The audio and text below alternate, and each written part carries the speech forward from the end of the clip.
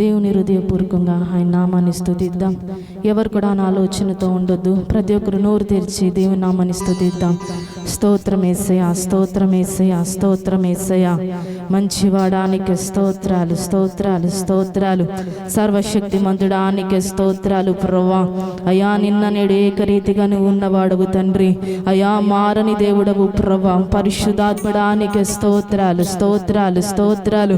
సజీవుడానికి స్తోత్రాలు, సర్వంతర్యామి నీకే స్తోత్రాలు. మంచి కాపరి నీకే స్తోత్రమయ్యా, స్తోత్రమయ్యా, స్తోత్రమయ్యా. యేసయ్యా నీకే స్తోత్రాలు. అందరూ నోరు తెచ్చి కొన్ని నిమిషాలు ఆయన నామని మహిమపడదాం.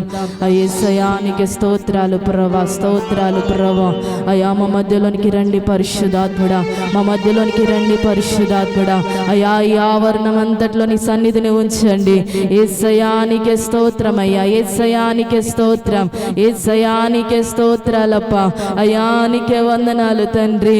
యేసు నీకే వందనాలు పరిశుద్ధాత్ముడా. గొప్పవాడా నీకే వందనాలు అయ్యా. అయా నీకే వందనాలు. నశించుచున్న దాన్ని వెతికి రక్షించటానికి అయా మీరు లోకానికి వచ్చి ఉన్నారు పరిశుద్ధాత్ముడా. యేసు నీకే వందనాలు, యేసు నీకే వందనాలు, యేసు నీకే వందనాలు, యేసు నీకే వందనాలు, వందనాలు, వందనాలు. యేసయ్యా ప్రతి ఒక్కరిని మీరు దర్శించండి, ప్రతి ఒక్కరిని మీరు దర్శించండి, ప్రతి ఒక్కరిపై నీ ఆత్మను కుమ్మరించండి పరిశుద్ధాత్ముడా.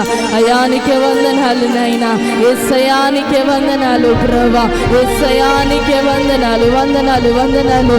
అయా ఈ గ్రామం అంతటిపై నీ రక్తాన్ని ప్రోక్షింపచేస్తున్నాను. అయా ఈ గ్రామాన్ని మీరు దర్శించండి పరిశుద్ధాత్ముడా. భీమా శాఖ దళరబరబరబా. యేసయ్యా నీకే వందనాలు. నీ సన్నిధిని మా మధ్యలో కుమ్మరించండి ప్రభువా. నీ ప్రసన్నతను మా మధ్యలో కుమ్మరించండి ప్రభువా. యేసయ్యా నీకే వందనాలు నాయన. ప్రతి ఒక్కరిని మీరు దర్శించండి ప్రభువా. యేసయ్యా ప్రతి ఒక్కరి నేత్రాలు మీరే తెరవమన్నాను ప్రభువా. యేసయ్యా ప్రతి ఒక్క నేత్రాలు మీరే తెరవండి పరిశుద్ధాత్ముడా. యేసు నీకే వందనాలయ్యా, వందనాలయ్యా. అయ్యా నీకే వందనాలు తండ్రి. గొప్పవాడానికే స్తోత్రం, గొప్పవాడానికే స్తోత్రం, జీవం గలవాడానికే స్తోత్రం అయ్యా. యేసు నీకే వందనాలు, వందనాలు, వందనాలు. అయ్యా నీకే వందనాలు. ప్రతి ఒక్క నోరు తెరిచి కొన్ని నిమిషాలు ఆయన నామని మైపడదాం.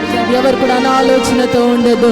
ఒక్కసారి యేసయ్యకు చెప్పు, అయ్యా నువ్వు నాకు కావాలి ప్రభువా. అయ్యా నా జీవితానికి నువ్వు కావాలి పరిశుద్ధాత్ముడా అని చెబుదా.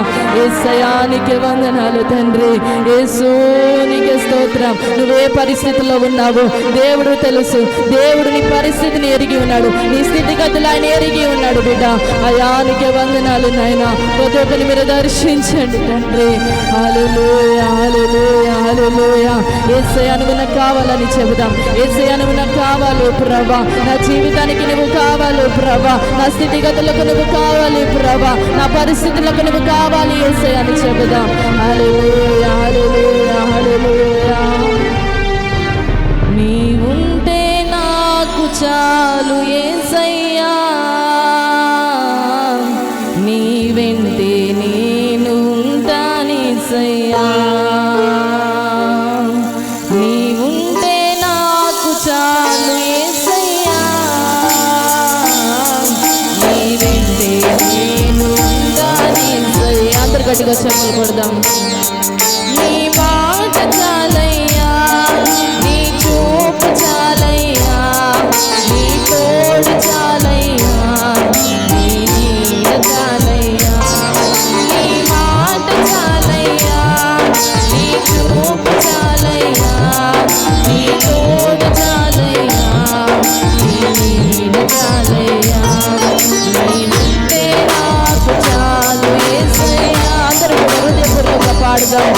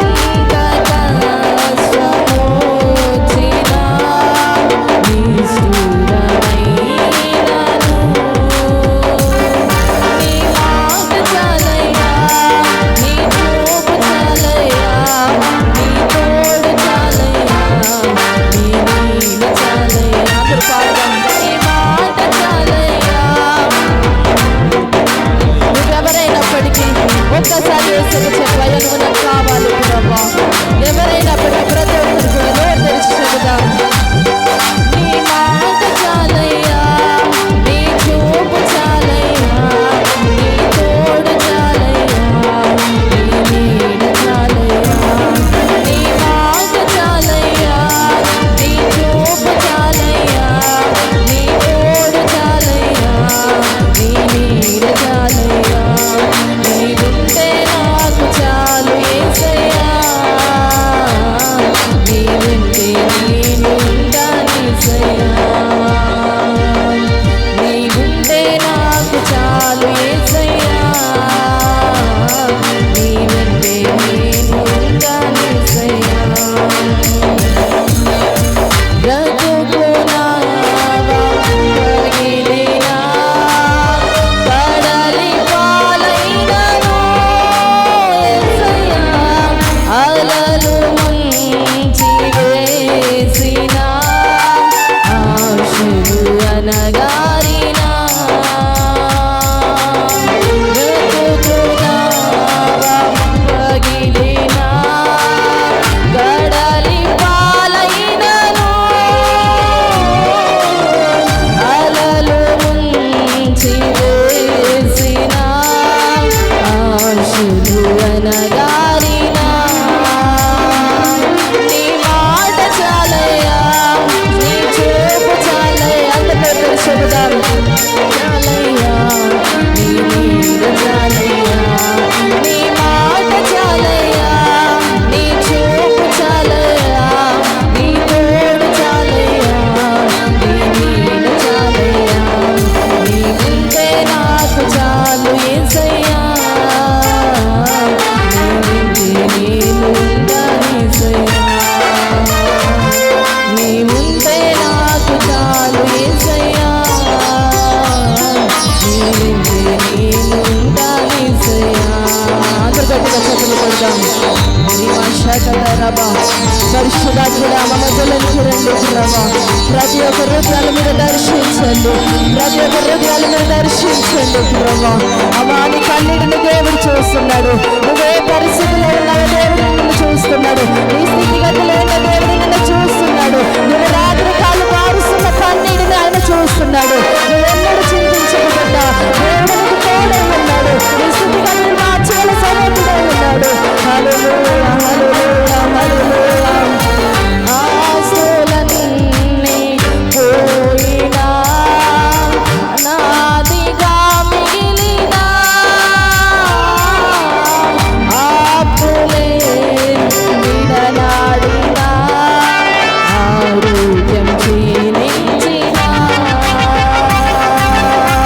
ఆస్తులన్నీ పోయినా, అనాథగా మిగిలినా, ఆపులే విడనాడినా, ఆరోగ్యం క్షీణించినా. నీ మాట చాలయ్యా, నీ చూపు చాలయ్యా. అందరి గట్టిగా చెప్పులు పెట్టి చెబుదాం. అవును ప్రభా. నీ మాట చాలయ్యా, నీ చూపు చాలయ్యా, నీ తోడు చాలయ్యా, నీ నీడ చాలయ్యా. నీవుంటే నాకు చాలు యేసయ్యా, నీవుంటే నేను ఉంటాను యేసయ్యా. నీవుంటే నాకు చాలు యేసయ్యా, నీవుంటే నేను ఉంటాను యేసయ్యా. నీకు ఇలాలో ఏదియో లేదులే అసాధ్యము. నీకు కృపలో నాకేదియో కాదిన సమానము. నీకు ఇలాలో ఏదియో లేదులే అసాధ్యము.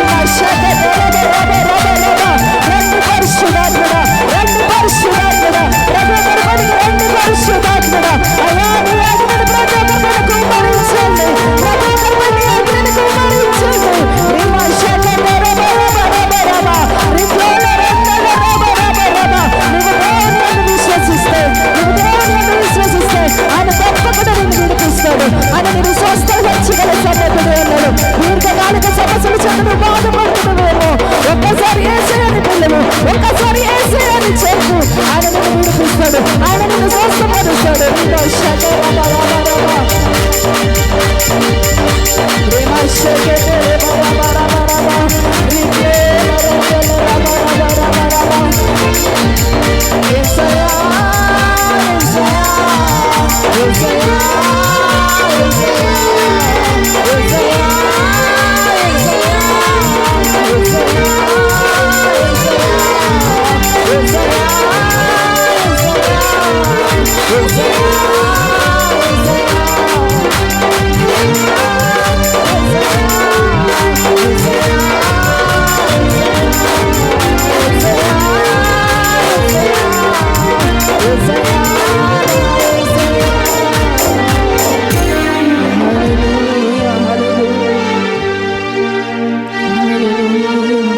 పరిశుద్ధుడానికి స్తోత్రాలు, అయానికి వందనాలు తండ్రి.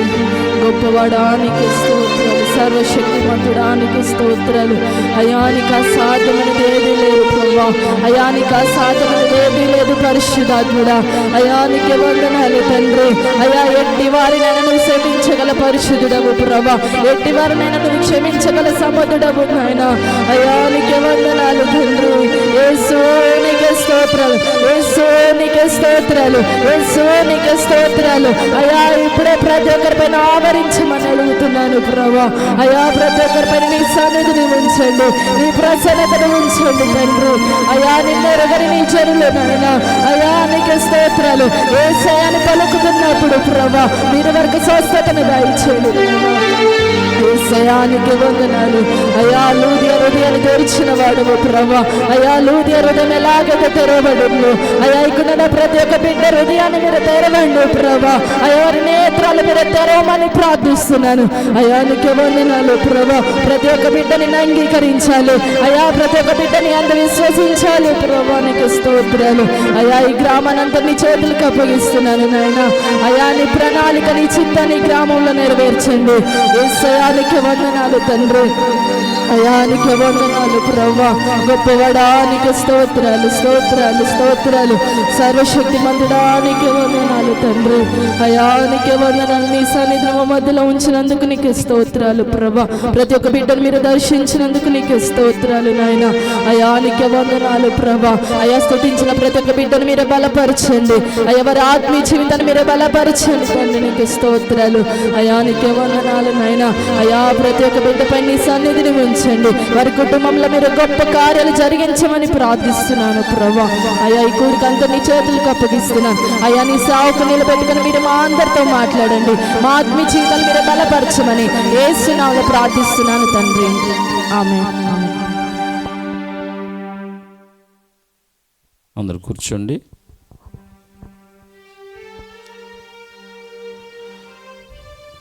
ప్రాముఖ్యమైనటువంటి సమయంలోనికి మనం వెళ్తూ ఉన్నాం. అందరూ కూడా సర్దుకొని కూర్చోండి. ఈ రాత్రికాల సమయంలో మరి ఈరోజు సభ, అదే రీతిగా రేపు కూడా ఈ సభ ఉన్నది. రేపటితో ముగింపు జరిగిద్ది. మరి ఈ రీతిగా 2 దినాల సభలను ఈ గ్రామానికి చెందినటువంటి ఆత్మీయ బిడ్డలు ఏర్పాటు చేశారు. సుందర్రావు గారు, అదే రీతిగా విజయరాజు, జానయ్య, సైదాబి గారు, వీళ్ళు కలిసి ఒక సభలు 2 దినాలు కూడా ఏర్పాటు చేశారు. మరి రాత్రికాల సమయంలో దూర ప్రాంతం నుండి దైవజనులు వర్తమానం అందించడానికి మన మధ్యకు వచ్చి ఉన్నారు. వర్తమానం వినటానికి ముందు మన యొక్క అమూల్యమైనటువంటి కానుకలు దేవునికి సమర్పించుకుందాం. సుందరరావు గారు వచ్చి ఒక పాట పాడుతుంటుండగా మన కానుకలను దేవునికి సమర్పించుకుందాం. మరి ఎంతో భారం కలిగి గ్రామం పట్ల వారు ఉన్నారు. ఈ సభలో వాస్తవానికి మాకు చాలా బిజీగా ఉంది, అయినప్పటికీ మరి ఏర్పాటు చేయటానికి కారణం ఏంటంటే దేవుడు బలంగా సుందరరావు గారిని ప్రేరేపించారు. ఒకరోజు వారు నా దగ్గరకు వచ్చి వారికి తోసింది నా చేతుల్లో పెట్టాయా, సభలు ఏర్పాటు చేయండి, దేవుడు నన్ను బలవంతం చేస్తున్నారు అని వారు చెప్పినప్పుడు వారి ఆశను బట్టి, దేవుడు వారికి ఇచ్చిన బలమైన ప్రేరేపణను బట్టి 2 దినాల సభలను మరి పైకి రండి 2 దినాల సభలను ఏర్పాటు చేయడానికి దేవుడు కృపనిచ్చాడు. మరి సుందర్రావు గారిని బట్టి అందరూ గట్టిగా చప్పట్లు కొడుతూ ప్రభు నామమును మహిమపరచుదాం. ఎంతోమంది లోకములు ఉన్నప్పటికీ, ఎంతోమంది దేవుణ్ణి ఆరాధించేవారుగా ఉన్నప్పటికీ, ఈ సువార్త పరిచర్య పట్ల భారాన్ని దేవుడు కొంతమందికి మాత్రమే ఇస్తాడు. అందరికీ ఈ భారం ఉండదు. అనేక సార్లు సుందర్రావు గారు నాతో చెబుతూ ఉండేవారు, అయ్యా, వందనములు గ్రామంలో దేవుని వాక్యము ప్రకటించబడాలి, గ్రామమంతా క్షేమంగా ఉండాలి, బాగుండాలి అని వారు నాకు తెలియపరుస్తూ గ్రామం కొరకు ప్రార్థన చేయమని మరి వారు నాకు తెలియపరుస్తూ ఉండేవారు. ఈ గ్రామం పట్ల బాధ్యత కలిగినటువంటి వ్యక్తిగా దేవుడు సుందర్రావు గారిని గ్రామంలో ఉంచారు. అలాగుననే విజయరాజు, మరి అలాగనే సైదబి గారు, ఇలాగా దేవుడి బిడ్డలను బలపరుస్తున్నందుకు దేవునికి స్తోత్రం చెబుదాం. మరి అలాగనే జానే కొరకు కూడా దేవుని స్తుతించుదాం. హల్లెలూయా. ఈ సమయాన్ని పాటలు పాటును కానుకలు పట్టేవారు కానుకలు పట్టు. సుందర్రావు గారు రిక్వెస్ట్ చేస్తున్నారు. మరి విజయరాజు అలాగనే జానేను కూడా పైకి రావాలని వారు కోరుకుంటూ ఉన్నారు. పక్కన కొంచెం నిలబడితే నాకు ధైర్యం ఉంటుంది అంటున్నారు. రండి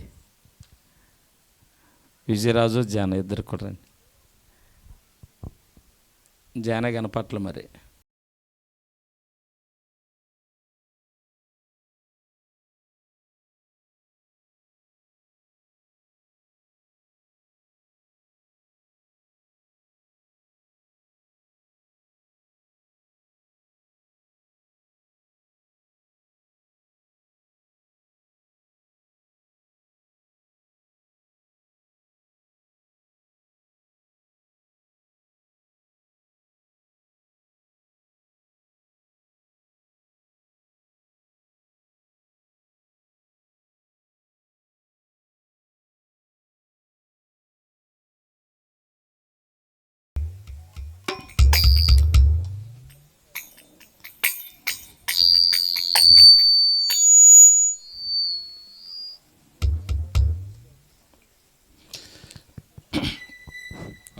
స్తుతి పాడిధనే ప్రతిదినము, స్తుతి పాడుటే నావతి శ్రేయము.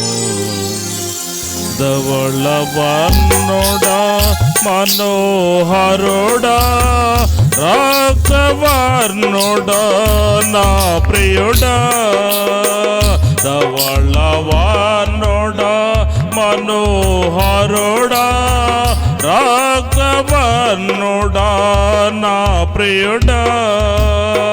స్తుతి పాడిదని ప్రతిదినము, స్తుతి పాడుటే నా అతిశ్రయము.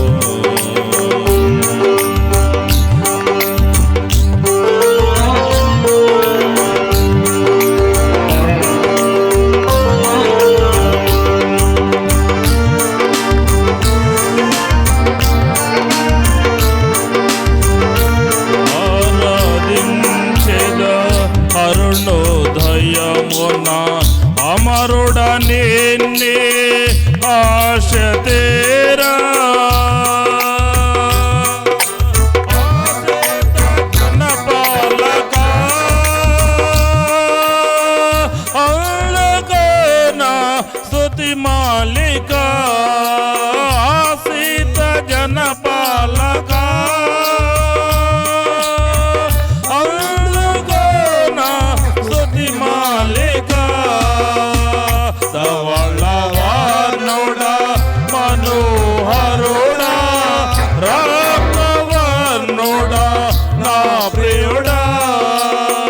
ధవళ వర్ణుడా మనోహరుడా రక్తవర్ణుడా నా ప్రియుడా. స్తుతి పాడిదని ప్రతిదినము, స్తుతి పాడుటే అతిశ్రయము. ఉరి లేని నన్ను ఉరి నుండి లాగి దరి చేర్చినావేం పరిశుద్ధుడా. ఉరి లేని నన్ను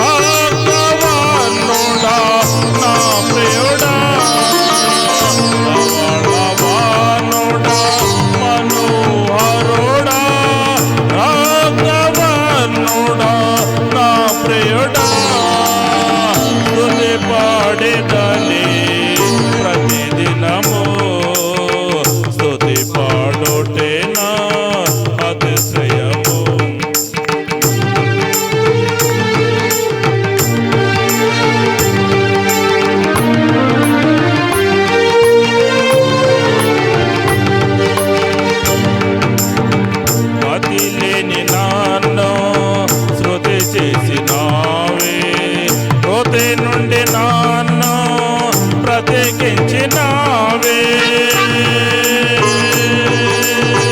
మతి లేని నాలో శృతి చేసినావే. హృదయ నుండి నాన్న బ్రతికించినావే. నీలదనై పాడేదా దేవా, అదేవని పగడేదా ప్రభువా. నీలదనై పాడేదా దేవా, అదేవని పగడేదా ప్రభువా. రమణవానుడా మనోహరుడా రాఘవానుడా నా ప్రియుడా. స్తుతి పాడేదాన్ని ప్రతిదినము, స్తుతి పాడుటే నా అతి ప్రియము.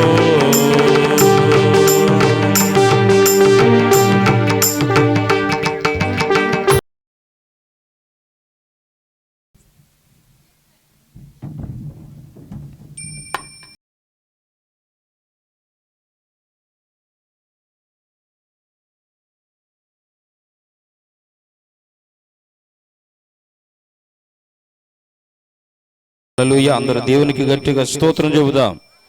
హల్లెలూయా, హల్లెలూయా. వాక్య పరిచర్యలోనికి వెళదాం. దేవుని యొక్క వాక్యమును అందించడానికి దైవజనులు సిద్ధంగా ఉన్నారు. మరి సమయంలో ఒక పల్లవి శరణం తల్లాడ నుంచి దేవుని సేవకురాలు బ్లెస్సి అమ్మగారు వచ్చారు. ఒక పల్లవి శరణం పాడిద్ది. మరి త్వరగా రావాలా. అసలు అవకాశం ఇవ్వబడదు, కానీ ఎందుకో ప్రేరేపించాడు దేవుడు, అందుకే అవకాశం ఇస్తున్నాను. త్వరగా రావాలి, పరిగెత్తుకొని రావాలి.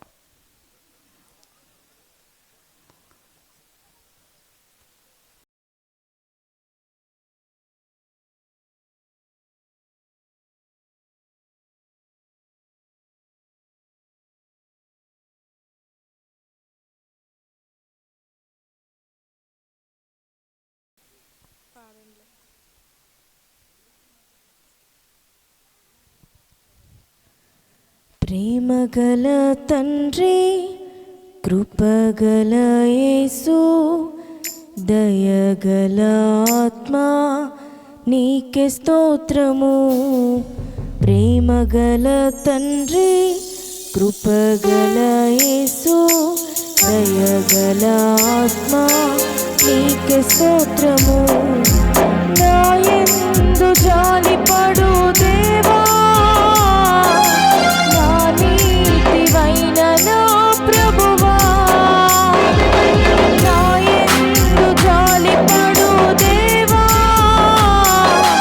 నా నీతివైన నా ప్రభువా. నా కృప వీడిపోదంటివే,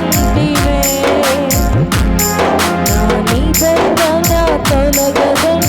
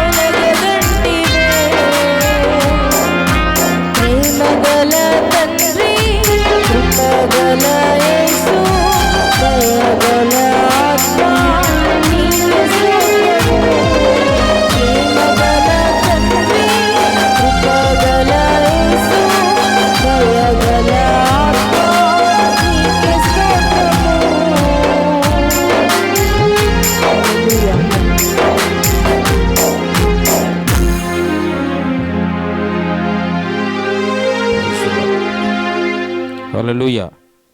పాడబడిన అమ్మగారికి వందనాలు. దేవునికి స్తోత్రం. అందరు గట్టి స్తోత్రం చెబుదాం. మరి తర్లా నుంచి దైవజనులు సంసనయ్య గారు కూడా వచ్చారని వార్త విన్నాను. ఎక్కడున్నా కూడా ప్రేమతో వారిని వేదిక మీదకి ఆహ్వానిస్తున్నాను. త్వరగా రావాలి. దైవజనులు సంసనయ్య గారు ఈ ఆటోలో కూర్చున్నా త్వరగా వేదిక మీదకి రావాల్సినదిగా ప్రోపేట తెలియపరుస్తున్నాను. వారు వస్తూ ఉంటుండగా చిన్నగా అందరూ సపోర్ట్ కొట్టండి, చిన్న కొట్టండి.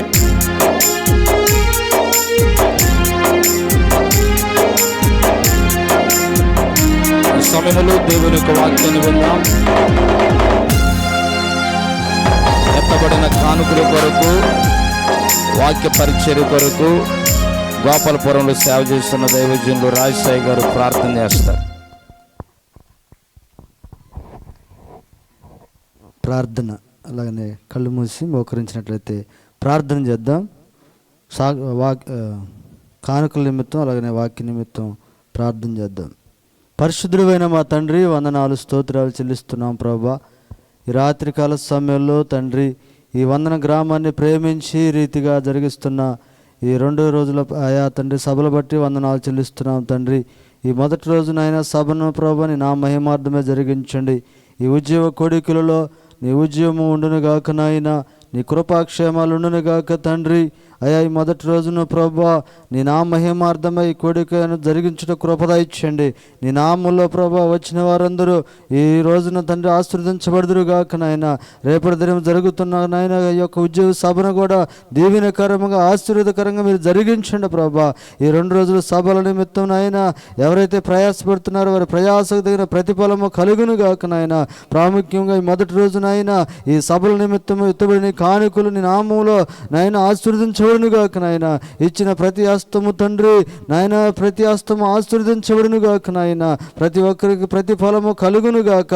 నీ నామంలో ఇచ్చిన ప్రతి హస్తాన్ని దీవించమని 30 60 100 ఫలింపదయించండి ప్రభా. ప్రతి ఒక్కరికి కావలసిన దీవెన ఆశీర్వాదం దయచండి. ప్రాముఖ్యంగా ముందున్న సమయానంతని చేతులు పెడుతున్నాం ప్రభా. నీ నామంలో ప్రభు నీ దాసులు ప్రభా నిలబడబోతుండగా నీ దాసుని ప్రభు సెలవు సాటును మరుగుపరుచుకొని 7 ఆత్మ పరిశుద్ధాత్మ శక్తి చేత నింపి బలముగా కావలసిన మాటలు అందరికీ అందించండి ప్రభా. దూర ప్రాంతం నుంచి క్షేమంగా తీసుకొచ్చిన విధానం బట్టి వందనాలు చెల్లిస్తూ మీ దాసుడు నిలబడబోతుండగా మీ నామానికే మహిమ ఘనత ప్రభావం వచ్చులాగిన మీ దాసుడి నోటి నుంచి ప్రతి వాక్కును దయచేసి మహిమ తెచ్చుకొనమని మా ప్రియుడు నాదు రక్షకుడు గనుడైన యేసుక్రీస్తు అత్యున్నతమైన శ్రేష్ఠ పరిశుద్ధ నామములో అడుగుచున్నాను తండ్రి, ఆమేన్.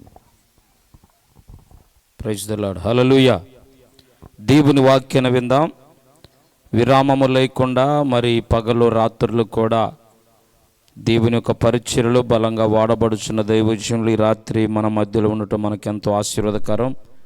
కొన్నిసార్లు కొంతమంది దైవజనులు కొన్ని సమయాలలో వాడబడి కొన్నిసార్లు ఫ్రీగా ఉంటారేమో కానీ ఖాళీగా ఉంటారేమో కానీ మరి ఈ రాత్రి మన మధ్యకు వాక్య పరిచర్య చేయడానికి వచ్చిన దైవజనులు ఎలాంటి పరిస్థితులలో కూడా ఖాళీగా ఉండకుండా విరామము లేకుండా దేవుని చేతుల్లో అనేక ప్రాంతాల్లో అనేక 100 కిలోమీటర్లు ప్రయాణాలు చేస్తూ దేవుని యొక్క పరిచర్యను వారు అందిస్తూ ఉన్నారు, చేస్తూ ఉన్నారు.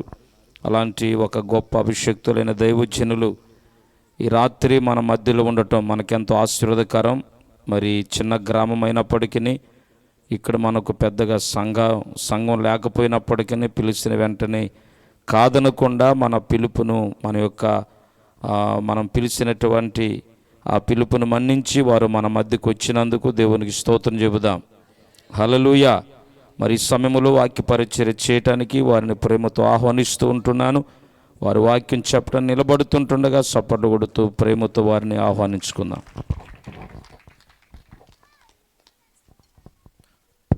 పరిశుద్ధ గ్రంథము నుంచి లూకాసు వార్త 8వ అధ్యాయము 54వ వచనం చదువుకుందాం.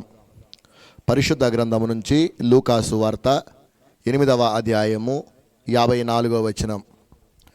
అయితే ఆయన ఆమె చెయ్యి పట్టుకొని చిన్నదానా లెమ్మని చెప్పగా ఆమె ప్రాణము తిరిగి వచ్చెను గనుక వెంటనే ఆమె లేచెను. చిన్న ప్రార్థన చేసుకుందాం. మహాపరిశుద్ధుడా, ప్రేమ కలిగిన మా తండ్రి, నీకు వందనాలు చెల్లిస్తున్నాం ప్రభువా. నాయన మీ ప్రియ కుమారులు జయరాజయ్య గారిని ప్రభువా నాయన నీ కుమారుగా ఏర్పాటు చేసుకొని సంఘ బాధ్యతను రాజ్య స్థాపనకు నమ్మకమైన ఎంచి ప్రభువ సువార్త జరిగిస్తుందికే నీకు వందనాలు చెల్లిస్తున్నాం ప్రభువ. మీరు పిలిచిన పిలుపుకు నమ్మకత్వంగా చేస్తూ ప్రభువ ఉపవాస కూడికల ద్వారా, ఉద్యోగ కూడికల ద్వారా, రక్షణ సువార్త సభల ద్వారా ప్రభువ అనేకులను బలపరుస్తున్న విధానం బట్టి, అనేకులని రాజ్యమును చేరుస్తున్న విధానం బట్టి నీకు వందనాలు చెల్లిస్తున్నాం ప్రభువ. మరొక మారును ప్రేమించి పిలిచి ఉన్నారు, నన్ను క్షేమంగా తీసుకొని ఇచ్చున్నారు. నా ద్వారా మీ వాక్కులు వినిపించండి, మీ బిడ్డలను బలపరచండి. మన ప్రభువును రక్షకుడైన యేసుక్రీస్తు నామములో అడిగి వేడుకొనుచున్నాము తండ్రి, ఆమేన్. మంచిది. మరి ఈ సమయంలో నన్ను ప్రేమతో ఆహ్వానించినటువంటి ఆత్మ సంబంధమైన దైవజనులు, కృపావరములు కలిగిన వారు, పలుచోట్ల వాడబడుతున్న దైవ సేవకులు జయరాజయ్య గారికి వందనాలు తెలియజేస్తూ ఉన్నాను. అలాగే ప్రియ సేవకులు జాన్నాక్స్ గారికి వందనాలు తెలియజేస్తూ ఉన్నాను. అమ్మగారికి వందనాలు తెలియజేస్తూ ఉన్నాను. అలాగే మనల్ని ప్రేమించి వచ్చినటువంటి మా బావగారు సాంసన్ గారికి వందనాలు తెలియజేస్తూ ఉన్నాను. ప్రియ తమ్ముడు రాజేష్ గారికి వందనాలు తెలియజేస్తూ ఉన్నాను.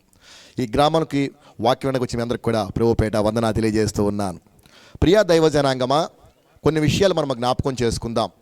చదవబడిన మాట ఏమిటంటే, అయితే ఆయన ఆమె చెయ్యి పట్టుకొని చిన్నదానా లెమ్మని చెప్పగా ఆమె ప్రాణము తిరిగి వచ్చెను అనే మాట మనం చదువుకున్నాం.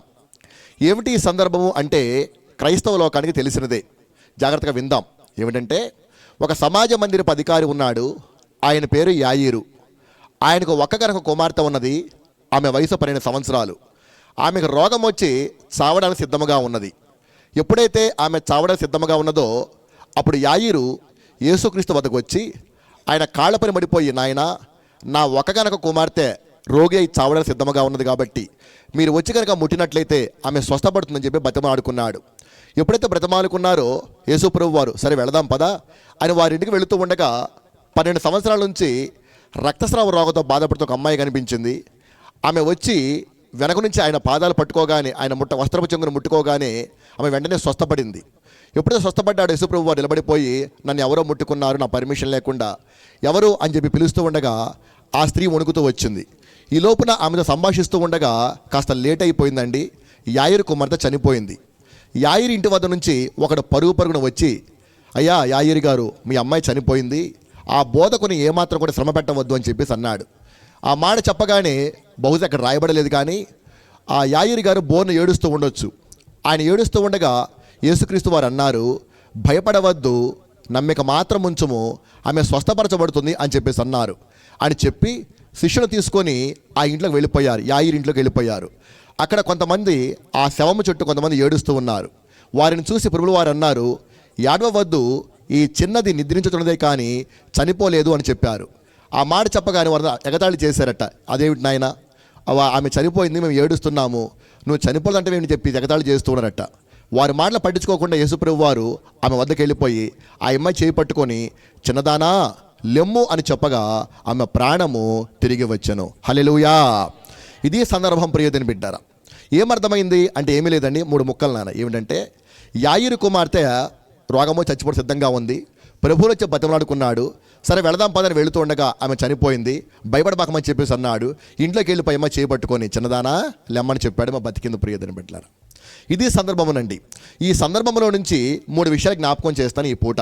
అదేమిటంటే, ఒకటి యాయీరు యొక్క నేపథ్యము, రెండవదిగా ప్రభు యొక్క అభయము, మూడవదిగా సంఘం యొక్క దైన్యము అనే 3 విషయాలు జ్ఞాపకం చేస్తాను. ఏమిటనగా, మొదటిగా యాయీరు యొక్క నేపథ్యాన్ని, ఆయన బ్యాక్గ్రౌండ్ ఏంటి, ఎటువంటి వాడు అనే విషయాలు జ్ఞాపకం చేస్తాను. రెండవదిగా దేవుడు మనకిచ్చే అభయం ఏమిటి అనే మాటలు జ్ఞాపకం చేస్తాను. మూడవదిగా సంఘము ఈనాడు ఏ స్థితిలో ఉంది అనే 3 విషయాలు నేను జ్ఞాపకం చేస్తానండి. 1 గంట సేపు చెప్తాను నాన్న, జాగ్రత్తగా ఆలకించండి అమ్మా. సరే, మంచిది. మనం మొట్టమొదట యాయీరు యొక్క నేపథ్యాన్ని మనము ఆలోచిద్దాం ప్రియదని బిడ్డారా. వ్రాయబడిన మాట ఏమిటంటే 41వ వచనములో, అంతటా ఇదిగో సమాజ మందిరపు అధికారి అయిన యాయీరు అను ఒకడు వచ్చి యేసు పాదముల పైన పడి అని రాయబడింది. అంతటా సమాజ మందిరపు అధికారి అయిన యాయీరు అని రాయబడింది. సమాజ మందిరాలు అంటే ఏమిటండి అని అంటే కనుక, పూర్వకాలపు రోజుల్లో ఆ ఇశ్రాయేలు ప్రాంతంలో ప్రధానమైన చర్చి యెరూషలేములో ఉండేది.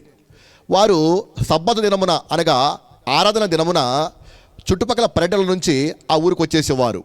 అయితే మరి మిగతా వారాలు వెళ్ళలేరు కాబట్టి ఆ ఊరిలో ఒక చిన్న చర్చి పెట్టుకునేవారు. ఆ చిన్న చర్చికి చిన్న పాస్టర్గా ఉండేవాడు ఎవరంటే సమాజ మందిరపు అధికారులు అంటారు. మీకు అర్థమయ్యేలాగున ఒకవేళ ఆదివారం పూట కనుక సంఘం ప్రధానమైన చర్చి మన వెంకటాయపాలెంలో ఉంటే ఈ చుట్టుపక్కల గ్రామాల నుంచి, పుట్టకోట నుంచి, ఈ ఊరు నుంచి, ఇంకొక ఊరు నుంచి మనం వెళుతూ ఉంటాం కదా. అంచేత ఈ ఊరిలో ఒక చిన్న మందిరం ఉందనుకోండి, దాన్ని ఏమన్నారంటే సమాజ మందిరం అనేవారు. ఈ సమాజ మందిరానికి చిన్న పాస్టర్ గారు ఏర్పాటు చేసుకున్నారు అన్నమాట. పెద్ద పాస్టర్ గారేమో ఇంకొక చోట ఉంటారు ప్రధాన కేంద్రంలో, చిన్న పాస్టర్ గారేమో ఈ సమాజ మందిరాల్లో ఉంటారు. అలాంటి ఒక చిన్న పాస్టర్ గారు ఎవరంటే యాయిరు గారు, ప్రియదిన బిడ్డలారా. అయితే ఈ యాయిరు గారు ఎవరు అంటే కనుక బైబిల్ గ్రంథంలో 3 రకాల తెగలుంటాయండి. 1 పరిసయ్యులు, 2 శాస్త్రులు, 3 సద్దూకైలను బట్టి 3 తెగలుండేవన్నమాట. ఆ పరిసయ్యులు అని తెగకు చెందిన వాడు ఎవరంటే ఈ యాయిరు. ఈ పరిసయ్యులు ఎటువంటి వారు పాస్టర్ గారు అంటే కనుక చిన్న 3 విషయాలు జ్ఞాపకం చేస్తారండి, జాగ్రత్తగా ఆలకించండి ప్రియదిన బిడ్డలారా. ఏమిటంటే ఒక రోజున యేసుప్రభు వారు ఒక సమాజ మందిరానికి వెళ్ళారండి. వెళితే అక్కడ ఒక అబ్బాయి ఓచ చేయగలిగిన వాడు, అనగా చెయ్యి ఎండిపోయి అది పనిచేయడానికి వీలు లేకుండా ఉన్నదన్నమాట. ఆ వాక్యమైన తర్వాత ఆ అబ్బాయిని చూసి యేసుప్రభు వారు కనికర పడిపోయి, బాబు నీ చెయ్యి చాపు అని చెప్పేసి అన్నారు. వెంటనే ఆ అబ్బాయి చెయ్యి చాపగానే వెంటనే స్వస్థపడిపోయింది. మన చెయ్యి లాగానే మామూలు అయిపోయింది. ఎప్పుడైతే మామూలు అయిపోయిందో, బాగుపడిపోయాడో, అక్కడ సమాజ మందిర అధికారి ఒక అతను వచ్చేసి, ఏవయ్యా ఈరోజు విశ్రాంతి దినము, ఈరోజు మనం ఒక పని కూడా మనం చెయ్యము, కనీసం భోజనం కూడా వండుకోము మనము, అటువంటిది ఒక వ్యక్తిని స్వస్థపరుస్తావు నువ్వు మన మతానికి ధర్మశాస్త్ర విరోధముగా నువ్వు అతను బాగు చేశావు, నువ్వు మత సంబంధివి కాదు, నువ్వు ధర్మశాస్త్రంకి వేరుగా మాట్లాడుతున్నావు అని చెప్పేసి ప్రభు పైన తగువ పెట్టేసుకున్నాడు. అప్పుడు యేసుప్రభు వారు అన్నారు, ఒక చిన్న ప్రశ్న అడుగుతాను చెప్పండి అన్నాడు. ఏమిటంటే ఎవరికైనా సరే ఒక ఎద్దు కనుక, ఒక గొర్రె కనుక ఉంటే కనుక అది పెద్ద గోతులో పడితే మీరు బయటికి తీస్తారా, అలా వదిలివేస్తారా అని చెప్పేసి అడిగాడు. ఆ మాట చెప్పగానే ఎలా వదిలివేస్తాము, అలా వదిలివేసి చచ్చిపోతుంది కదా, కాబట్టి బయటికి తీస్తామని చెప్పేసి అన్నారు. అట్లయితే గొర్రె కంటే, ఎద్దు కంటే మనుషుడు ఎంతో శ్రేష్ఠుడు కదా, కాబట్టి ఈ అబ్బాయిని బాగు చేయడము న్యాయమే, సమంజసమే అని చెప్పేసి అన్నాడు. ఆ మాట చెప్పగానే ఆ సమాజ మందిరపు అధికారికి యేసుప్రభు వారికి ఏమి సమాజం తోచక విసవిస బయటికి వెళ్ళిపోయి ఒక గుంపును తయారు చేసుకొని, ఇతను మన మతానికి వ్యతిరేకంగా ఇలా అద్భుతాలు చేస్తున్నాడు, కాబట్టి ఇలాంటి వాడు బతుకుండకూడదు, ఈయన చంపేద్దామని చెప్పేసి ఒక గుంపు తయారు చేసుకున్నాడండి. ఆ గుంపులో ఉన్నవాడెవరంటే యాయిరు, ప్రియదిన బిడ్డలారా. అంచేత యేసుప్రభు వారు విశ్రాంతి దినమున ఒక వ్యక్తిని స్వస్థపరిచినందుకు ఇతను చంపేద్దాం అని గుంపు బయలుదేరిపోతే ఆ గుంపులో ఉన్నవాడెవరంటే యాయిరు నాన్న. మొదటి మాట. ఇంకా రెండవది ఏమిటంటే మరొక మారు యేసుప్రభు వారు ఒక సమాజ మందిరానికి వెళ్ళారండి. వెళితే అక్కడ ఒక అబ్బాయికి దయ్యం పట్టింది. ఆ దయ్యం వలన అతడు మాట్లాడలేకపోతున్నాడు, చూడలేకపోతా ఉన్నాడు, అంటే గుడ్డివాడిగా ఉన్నాడు, మోగవాడిగా ఉన్నాడండి. యేసుప్రభువు కనికర పడిపోయి, సైతాన్ దయ్యమా వదిలిపో అని చెప్పగానే ఆ దయ్యం వదిలిపోయిందండి. అతను మాట్లాడుతున్నాడు, చూస్తూ ఉన్నాడు. ఎప్పుడైతే దయ్యం పట్టి మోగవాడిగా ఉన్నవాడు, గుడ్డివాడిగా ఉన్నవాడు మాట్లాడుతున్నాడు, చూస్తున్నాడో అందరూ కూడా ఇతను నిజముగా దైవ కుమారుడే, ఇతను నిజముగా దైవమే, దేవుడే అని చెప్పేసి అందరూ కూడా ప్రశంసిస్తూ ఉన్నారు, పొగుడుతూ ఉంటే ఆ నోట ఈ నోట ఈ పరిశీలనకు చేరిపోయిందండి. వారు వచ్చి అంటారు, ఇతడు దయ్యములకు అధిపతి అయినటువంటి బయలుజెబూలు వలన ఇతను దయ్యాన్ని వదలగొట్టేశాడు, ఇతను దైవకుమారుడు కాదు అబ్బాయి, అసలు దయ్యాలకే నాయకుడు, అందువలన వదలగొట్టేశాడని చెప్పేసి అన్నాడండి. మన భాషలో చెప్పాలంటే యేసుప్రభు వారు దయ్యాలు వదలగొట్టేందుకు ఇతను పెద్ద భూతమాంత్రికుడు అని గుంపు కూడా బయలుదేరిపోతే ఆ గుంపులో ఉన్నవాడు ఎవరంటే యాయిరు, ప్రియదిన బిడ్డలారా. అర్థమవుతుందా అండి? మొదటి విషయమేమో స్వస్థపరిచినందుకు ఏమన్నారు, చంపుదామని తిరిగే గుంపులో ఉన్నవాడు. యేసుప్రభు వారు దయ్యాన్ని మొదలుకొట్టినందుకు ఇతర పెద్ద భూతమాంత్రికుడు అన్న గుంపులో ఉన్నవాడు యాయిరు. ఇక మూడో విషయం జ్ఞాపకం చేసి ముందుకెళ్ళిపోతారండి.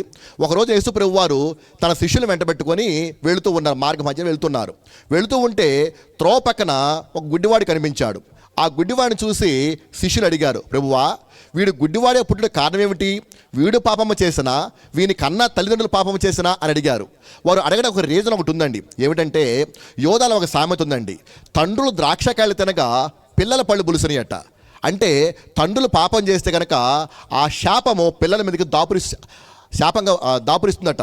అందుచేత ఇతను పాపం చేశాడా, వీళ్ళ తల్లిదండ్రులు పాపం చేశారా అని అడిగేవారు. అయితే ఇంకోటి కూడా ఉందండి, ఒకవేళ తల్లిదండ్రులు నీతిమంతులు అయితే కనుక అది ఆశీర్వాదం కూడా పిల్లల మీదకి వస్తుందట. వాళ్ళు తప్పు చేస్తేనేమో శాపాలు వస్తాయి, నీతిమత్వంగా బతికితేనేమో ఆశీర్వాదాలు వస్తాయని చెప్పి నమ్మేవారు అన్నమాట.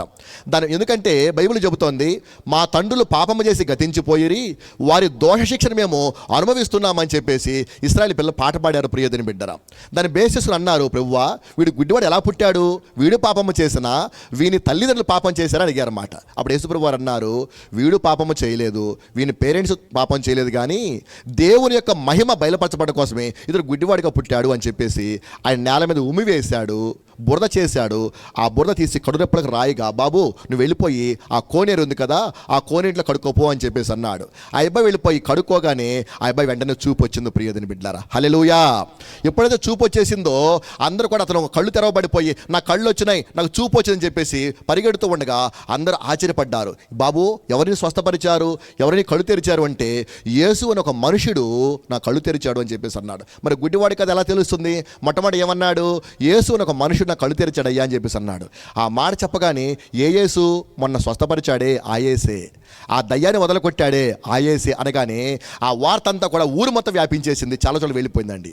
అప్పుడు పరిసయ్యులు పరుగు వచ్చేసి, ఏరా బాబు నువ్వు గుడ్డివాడవట, నీ కళ్ళు తెరవబడ్డాయట, ఏటి విషయం ఎవరు తెరిచాడు అని చెప్పగానే ఆయన అన్నాడు, యేసు అని ఒక ప్రవక్త తెరిచాడని చెప్పేసి అన్నాడు.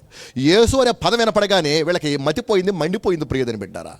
మనం చంపుదామని తిరుగుతూ ఉంటే, మనం భూతమాంత్రిని చెబుతూ ఉంటే వీడు కొత్తగా కళ్ళు తెరిచంటే ఏమని చెప్పేసి ఆ మాటలు నమ్మక వాళ్ళ అమ్మానందుకు వెళ్ళిపోయి, అమ్మా మీ అబ్బాయి నిజంగా గుడ్డివాడేనా, పుట్టి గుడ్డివాడేనా, వాడి కళ్ళు తెరవబడ్డాయా అని చెప్పేసి వాళ్ళు ప్రశ్నించేశారండి కోపంగా. అప్పుడు వారన్నారు తప్పించుకోవడం కోసము, వానికే వయసు వచ్చింది అతన్ని అడగండి, మమ్మల్ని అడుగుతాం ఏంటుకు అని చెప్పేసి తప్పించుకున్నారు. వారు మరలా వచ్చేసి, బాబు నీ కళ్ళు నిజంగా తెరవబడ్డాయా అని చెప్పి గదమాయించారు. అప్పుడు ఆ గుడ్డివాడు కళ్ళు తెరబడిన అబ్బాయి కోపడిపోయాడు. ఏమిటి ఇన్నిసార్లు అడుగుతున్నారు, ఇందాక చెప్పాను కదా, కొంపదీసి మీరు కూడా ఆయన శిష్యులు కావాలని ఆశపడుతున్నారు ఏమిటి అని చెప్పేసి ఆక్షేపం ఇచ్చారండి. ఆ మాట వినగానే, నువ్వు మాకు బోధింపవచ్చితివా, నువ్వు పాపివు కాబట్టి గుడ్డోడిగా పుట్టావరా, అలాంటి వాడు మాకు బోధిస్తావు నువ్వు అని చెప్పేసి, ఇలాంటి వాడు మా దగ్గర ఉండదని చెప్పేసి అది సమాజంలో వెలివేశారు ప్రియదని బిడ్డారా. అంటే యేసు ప్రభు నమ్మినందుకు ఒక వెలివేసే గుంపు ఒకటి బయలుదేరిపోతే ఆ గుంపులో ఉన్నవాడు ఎవరంటే యాయిరు ప్రియదని బిడ్డారా. అర్థమవుతుందండి? యేసు ప్రభునందుకు ఒక గుంపు ఉందంట వెలేయటానికి, వీళ్ళు నమ్ముకుంటే వీళ్ళు వెళ్ళొద్దని చెప్పేసి ఒక గ్రూప్ తయారైపోతే ఆ గ్రూపులో ఉన్నవాడు ఎవరంటే యాయిరు ప్రియదని పెట్టారు. ఒకటేమో స్వస్థపరిచేందుకు చంపుదామని తిరిగే గుంపులో ఉన్నవాడు, యేసయ్య దయ్యాన్ని వదలగొట్టేందుకు భూతమాంత్రికుడైన గుంపులో ఉన్నవాడు, యేసు ప్రభు నమ్మినందుకు వెలివేసే గుంపులో ఉన్నవాడు ఎవరంటే యాయిరు ప్రియదని బిడ్డరా. అంచేత యేసు ప్రభు పట్ల ఏమాత్రం అతనికి ఇష్టం లేదుగాక లేదనమాట. ఆయన పేరు ఎత్తడానికి కూడాను ఆయన ఇబ్బంది కోపడిపోయేవాడు ప్రియదని బిడ్డారు. ఎందుకంటే బైబిల్ చెబుతోంది, యోహాను సువార్తలో 7వ అధ్యాయంలో 48వ వచనం చదువుదాం. యోహాను సువార్త 7వ అధ్యాయము 48వ వచనము.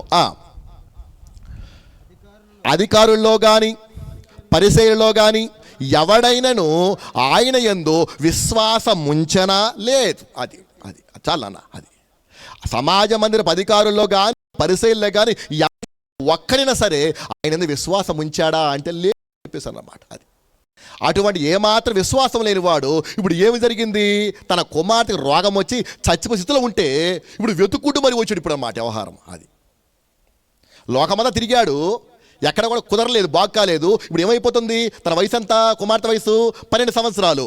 12 సంవత్సరాల వయసు అంటే లేత వయసే కదండి, అప్పుడే బహుశా ఎదుగుతూ ఉండొచ్చు. బహుశా తన కుమార్తె ఒకగానొక కుమార్తె కళ్ళ ముందు చావ సిద్ధంగా ఉన్నప్పటికీ ఏం చేయాలో తోచక హాస్పిటల్ తిరిగేశాడు. అతను తోచిన తోట వెళ్ళిపోయాడు కానీ బాగుపడలేదు. ఇప్పుడు యేసుప్రభు గుర్తొచ్చాడండి. అది గుర్తొచ్చి వెతుక్కుంటూ వచ్చేసి ఏమాత్రం ఆలోచించకుండా, అయ్యా నా కూతురు బతికించని చెప్పేసి ఆయన కాళ్ళపైన పడిపోయాడు ప్రియదని పెట్టారా. అంటే ఇప్పుడు ఏమొచ్చింది ఆయనకి, మళ్ళా విశ్వాసం వచ్చిందన్నమాట. యోహాను సువార్త 12వ అధ్యాయము 42వ వచనం చదువుదాం. యోహాను సువార్తలో 12వ అధ్యాయము 42వ వచనము.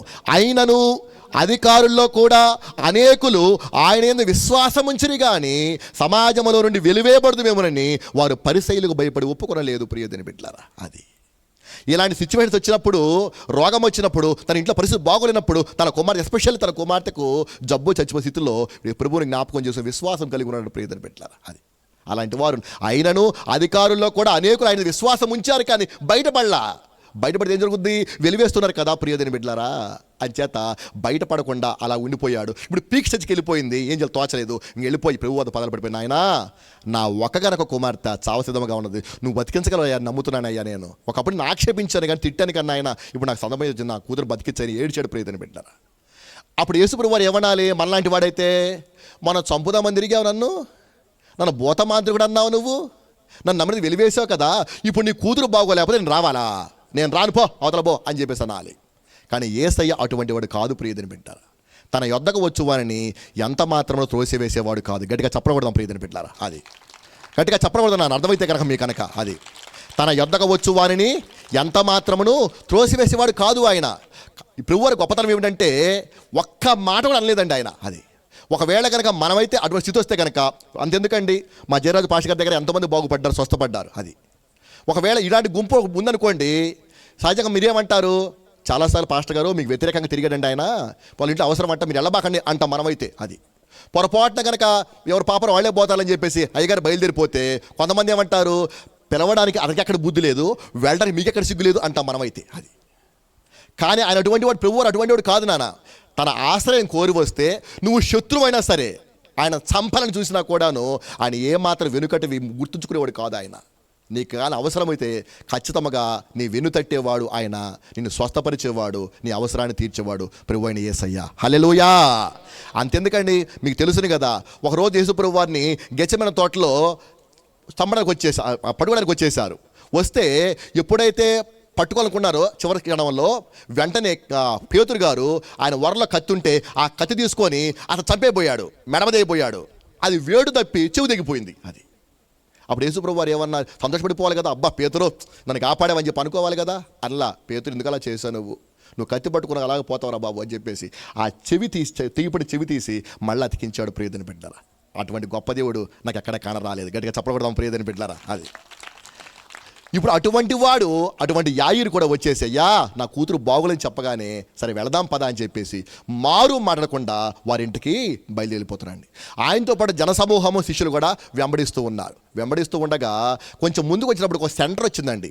ఆ సెంటర్లో ఎవరున్నారంటే 12 సంవత్సరాల నుంచి రక్తస్రావ రోగంతో బాధపడుతున్న ఒక అమ్మాయి కనిపించింది ప్రియదని బిడ్డ. అక్కడ కూర్చొని ఉందన్నమాట. అది అక్కడెందుకు కూర్చొని పాస్టర్ గారు అంటే మీకు ఒకసారి జ్ఞాపకం చేస్తారు, కొంతమంది వినుండొచ్చు, మరలా విందాం, ఏం పర్వాలేదు. యోధా సాంప్రదాయంలో ఏ స్త్రీకైనా సరే రక్తస్రావ రోగం వస్తే బాగు చేయడం కోసము 21 రకాల వైద్యాలు ఉంటాయండి. మచ్చుకు 2 చెబుతాం మీకు. తుమ్మబంక, పటిక బెల్లము, కుంకుమ పువ్వు, ఈ 3 మెత్తగా నూరి ద్రాక్షరసం ఉడకబెట్టి కనుక ఆ అమ్మాయికి ఇస్తే రోగం నయమైపోద్దట. ఇక రెండవది ఏమిటంటే 9 నీరుల్లి వెల్లుల్లిపాయలు మెత్తగా నూరి ఆ ద్రాక్షరసం ఉడకబెట్టి కనుక ఆ అమ్మాయికి ఇస్తే రోగం నయమైపోద్దట. ఇలా ఎన్ని రకాలు ఉన్నాయంటే 21 రకాలు ఉన్నాయండి. ఏవండి, ఒక హాస్పిటల్ చుట్టూ తిరిగితేనే సమస్తం అయిపోతుంది కదా, ఇంకా 21 హాస్పిటల్ మామూలు విషయమా? అమ్మ ఆ వైద్యానికి డబ్బులు మొత్తం ఖర్చు అయిపోయినాయండి. ఎంత ఖర్చు అయిపోయినాయి అంటే ఆమె 12 ఎకరాల పొలం ఉంటే మొత్తం అయిపోయింది 12 సంవత్సరాలకి.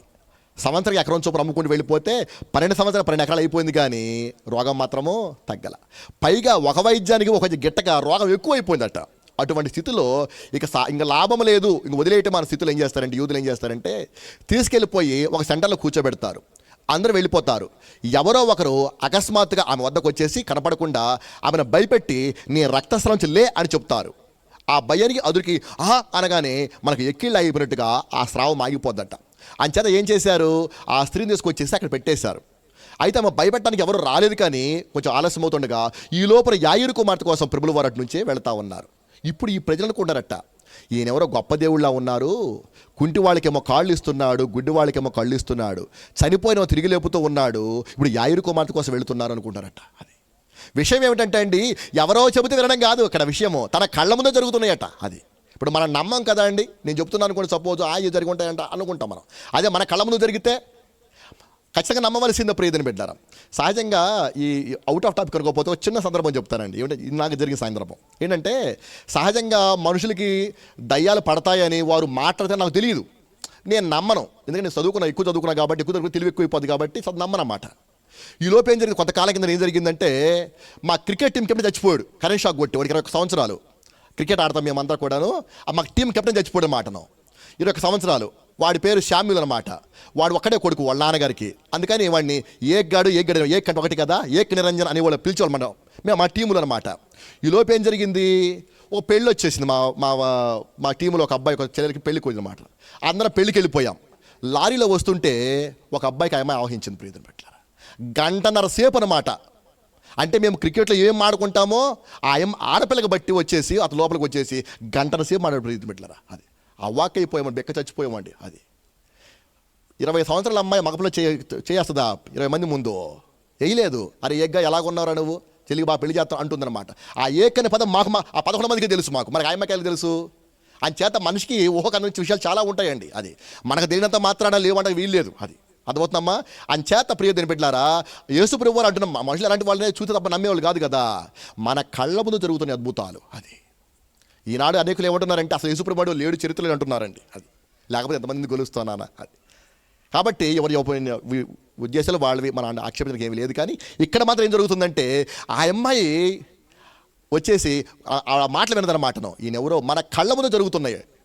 కుంటి వాళ్ళ కాళ్ళు వస్తున్నాయి, గుడ్డి వాళ్ళ కళ్ళు వస్తాయి చెప్పగానే అప్పుడు విశ్వాసం కలిగి ఎంత చేసేవానికైతే ఆయన వచ్చిన ముట్టుకోవడానికి అవకాశం లేదు, నేనే వెళ్ళి ముట్టుకుంటా, దేవుడు బాగుపరుచుకుందేమో, కూర్చుంది కదా అండి, కాళ్ళ వెంట రక్తం కారుతుంది కదా అండి, చాలామంది ఉన్నారు కదా, అయినప్పుడు కూడాను కూర్చున్న అమ్మాయి జరుక్కుంటూ వెళ్ళిపోయి ఆ సందుల్లో కూడా వెళ్ళిపోయి వెనక నుంచి ఆయన వస్త్రపు చెంగును ముట్టుకున్నది. నాన్న వ్రాయబడిన మాట ఏమిటంటే వెంటనే ఆమె రక్తధార కట్టను. గట్టిగా చెప్పకూడదా మా ప్రియదని బిడ్డలారా. అది 12 సంవత్సరాలు 12 ఎకరాలు 21 రకాల వైద్య తగ్గని జబ్బు యేసు ప్రభు వారు వెనక నుంచి వస్త్రపు చెంగును ముట్టుకోగానే ప్రియదని బిడ్డారా వెంటనే బాగుపడిపోయిందండి. అది ఎప్పుడైతే బాగుపడిపోయిందో వెంటనే యేసు ప్రభు సడన్గా ఆగిపోయారు. ఆ 100 మధ్య నిలబడిపోయి నన్ను ఎవరో ముట్టుకున్నారు, నాలో నుంచి ప్రభావం బయటికి వెళ్ళిపోయిందని చెప్పేసి అన్నాడు.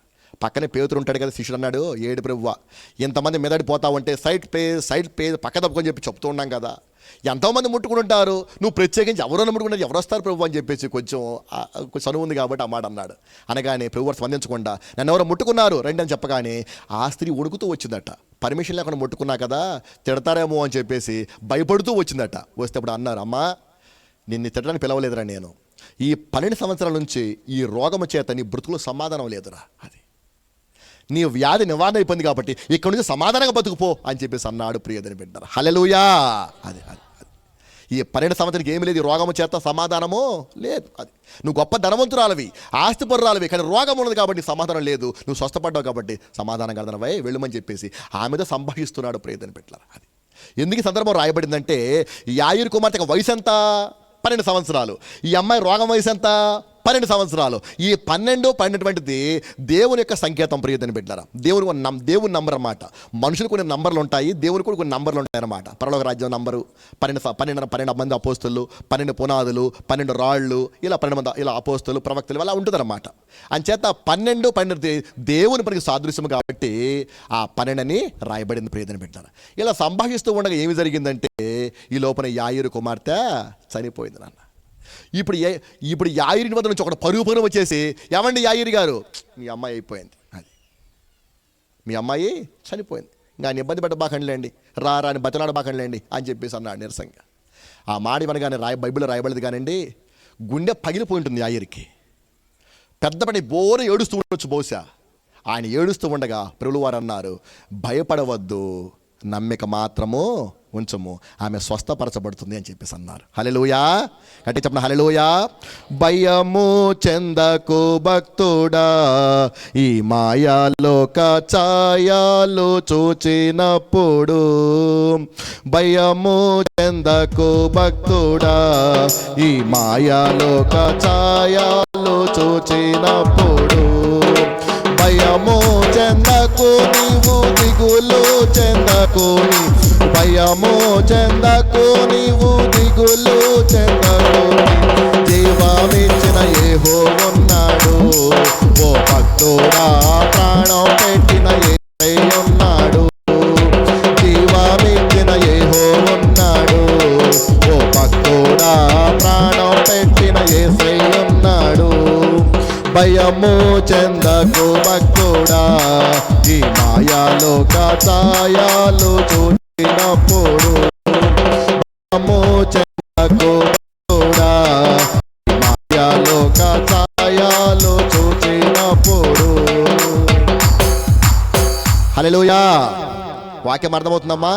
అర్థమవుతుంది పాస్టర్ గారు అన్నవాళ్ళు స్వతంత్రం గట్టిగా అమ్మ సంతోషం నాన్న. అది కాబట్టి ఆమెతో ఏమన్నాడు నాన్న, భయపడవద్దు, నమ్మిక మాత్రము ఆమె స్వస్థపడ పడుతుందని చెప్పేసి అన్నారండి. ఈ రెండో టాపిక్ ఏమిటంటే నాన్న, మన ప్రభు ఎటువంటి వాడంటే యేసయ్య భయాల మధ్య అభయం ఇచ్చే దేవుడు అండి. అది భయాల మధ్య అభయం ఇచ్చే దేవుడు ప్రియదని పెట్టారా. ఏంటి పాస్టర్ గారు అంటే 3 విషయాలు చెప్తాన్నారా. ఏమిటంటే మనిషికి ప్రధానమైనవి 3 భయాలు ఉంటాయి. ఒకటి బ్రతుకు భయము, రెండవదిగా శత్రు భయము, మూడవదిగా మరణ భయము. ఈ 3 భయాలతో మనిషి ఎల్లప్పుడూ కూడా కొట్టుమెట్టాడుతూ ఉంటాడండి. అది తర్వాత నా కోసము మొదటి భయం ఏంటన్నా, బ్రతుకు భయం అనండి. ఒకసారి బ్రతుకు భయము అనండి, గట్టిగా చెప్పండి అమ్మా. బ్రతుకు భయము అనండి, శత్రు భయము, మరణ భయము. ఈ 3 భయాలు వెంటాడుతూనే ఉంటాయి. చాలా భయాలు ఉంటాయండి మనిషికి. ప్రధానమైన భయాలు ఏమిటంటే ఈ 3 భయాలు అన్నమాట. బ్రతుకు భయం ఉంటుంది, శత్రు భయం ఉంటుంది, మరణ భయం ఉంటుంది ప్రియదని బిడ్డారా. కానీ దేవుడు ప్రభు అంటున్నాను నాన్న, భయపడవద్దు, నమ్మిక మాత్రం ఉంచము, నీ భయాన్ని నేను తీరుస్తానని చెప్పాడు ప్రియదని బిడ్డారా. వీటిని నేను జ్ఞాపకం చేస్తాను సింపుల్గా. మొదటిగా మనము బ్రతుకు భయాన్ని గురించి మనం మాట్లాడుకుందాం ప్రియదని బిడ్డారా. మనిషి ఊహ వచ్చిన దగ్గర నుంచి చనిపోయేంత వరకు కూడాను ఈ బ్రతుకు భయంతోటి కొట్టుమిట్టాడుతూనే ఉంటాడు. అది బాగా చదువుకుంటాడు, ఉద్యోగం రాదు, పెళ్ళిడి వయసు వస్తుంటుంది, అమ్మన ముసలివారు అయిపోతూ ఉంటారు. ఎలా బ్రతకాలని చెప్పేసి కొట్టుమిట్టాడుతూనే ఉంటాడు ప్రియతని బిడ్డలారా. పోనీ తీరా పెళ్లి చేసుకున్నాడు, కాలక్రమాలు ఏదో అప్పులు పాలైపోయి ఉంటాడు, వడ్డీలు పెరిగిపోతూ ఉంటాయి, ఎలా తీర్చాలా బతకాలని చెప్పి బాధపడిపోతూ ఉంటాడు. పోనీ అన్నీ అయిపోయినాయి, ముసలివారు అయిపోయారు, కొడుకులు పెద్దోళ్ళు అయిపోయారు, కోడలు వచ్చేసారు, ఇప్పుడు భోజనం పెడతారా లేదా అని భయం ప్రియతని బిడ్డలారా. అది అంటే ప్రతి దశలో కూడా మనిషి ఏం చేస్తూ ఉంటాడు, భయపడుతూనే ఉంటాడు ప్రియతని బిడ్డారా. పలాని వాడు భయం లేకుండా ఉన్నాడని ఎవడు కూడా లేదు. అది నువ్వు ఎంత గొప్ప ధనికుడు అయినా వృద్ధాపనికి వస్తే ఒకరు వేరే పెట్టవలసిందే కదా. అది నువ్వు ఎంత గొప్ప టాయిలెట్ కట్టుకున్నా, ఎంత గొప్ప భోజనశాల కట్టుకున్నా కూడా నీకు పెట్టేవాళ్ళు కావాలి కదా ప్రియతని బిడ్డారా. కాబట్టి నాన్న ప్రతి దశలో ఏం చేస్తాడు మనిషి, బ్రతుకు భయముతోటి కొట్టుమిట్టాడుతూనే ఉంటాడండి. కానీ ప్రభు అంటున్నాడు, భయపడవద్దు, నమ్మిక మాత్రము ఉంచమని చెప్తున్నాడు ప్రియతని బిడ్డ.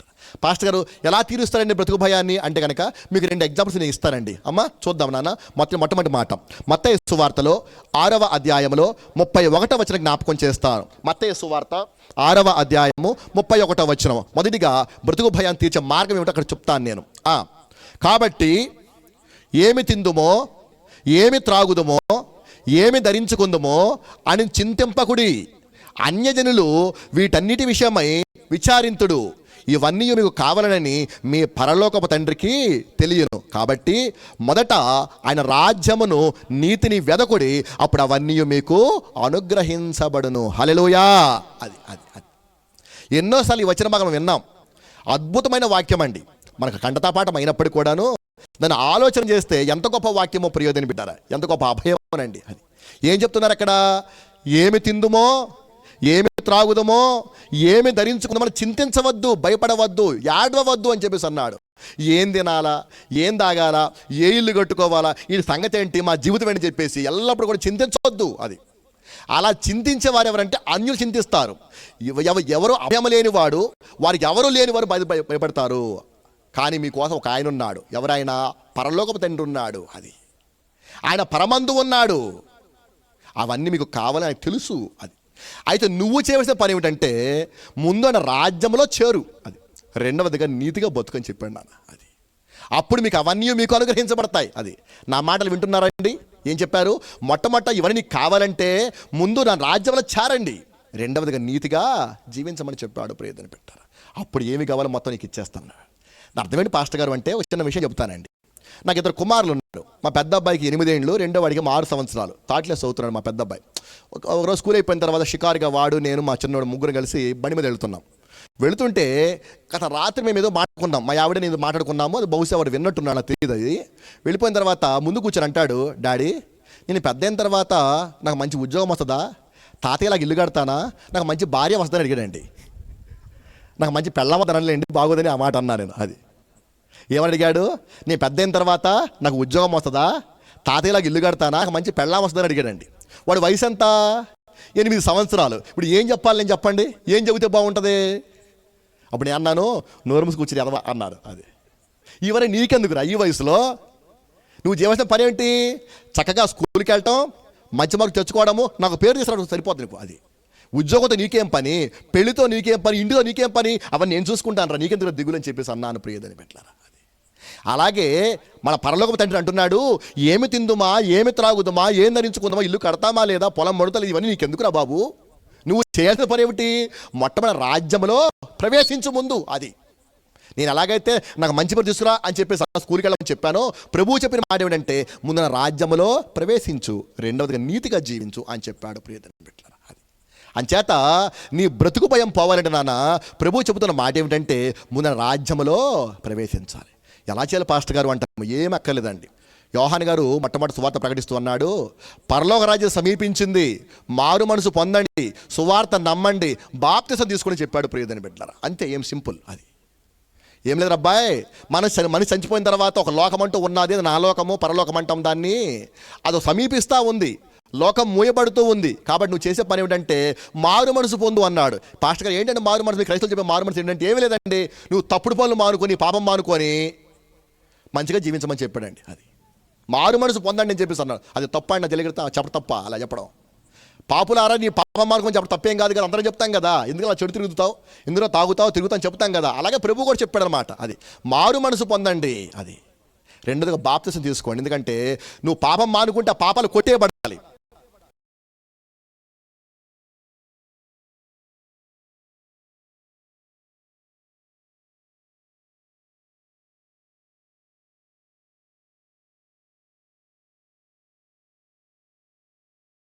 పాపం బట్టి ఆయన శుద్ధీకరిస్తాడు.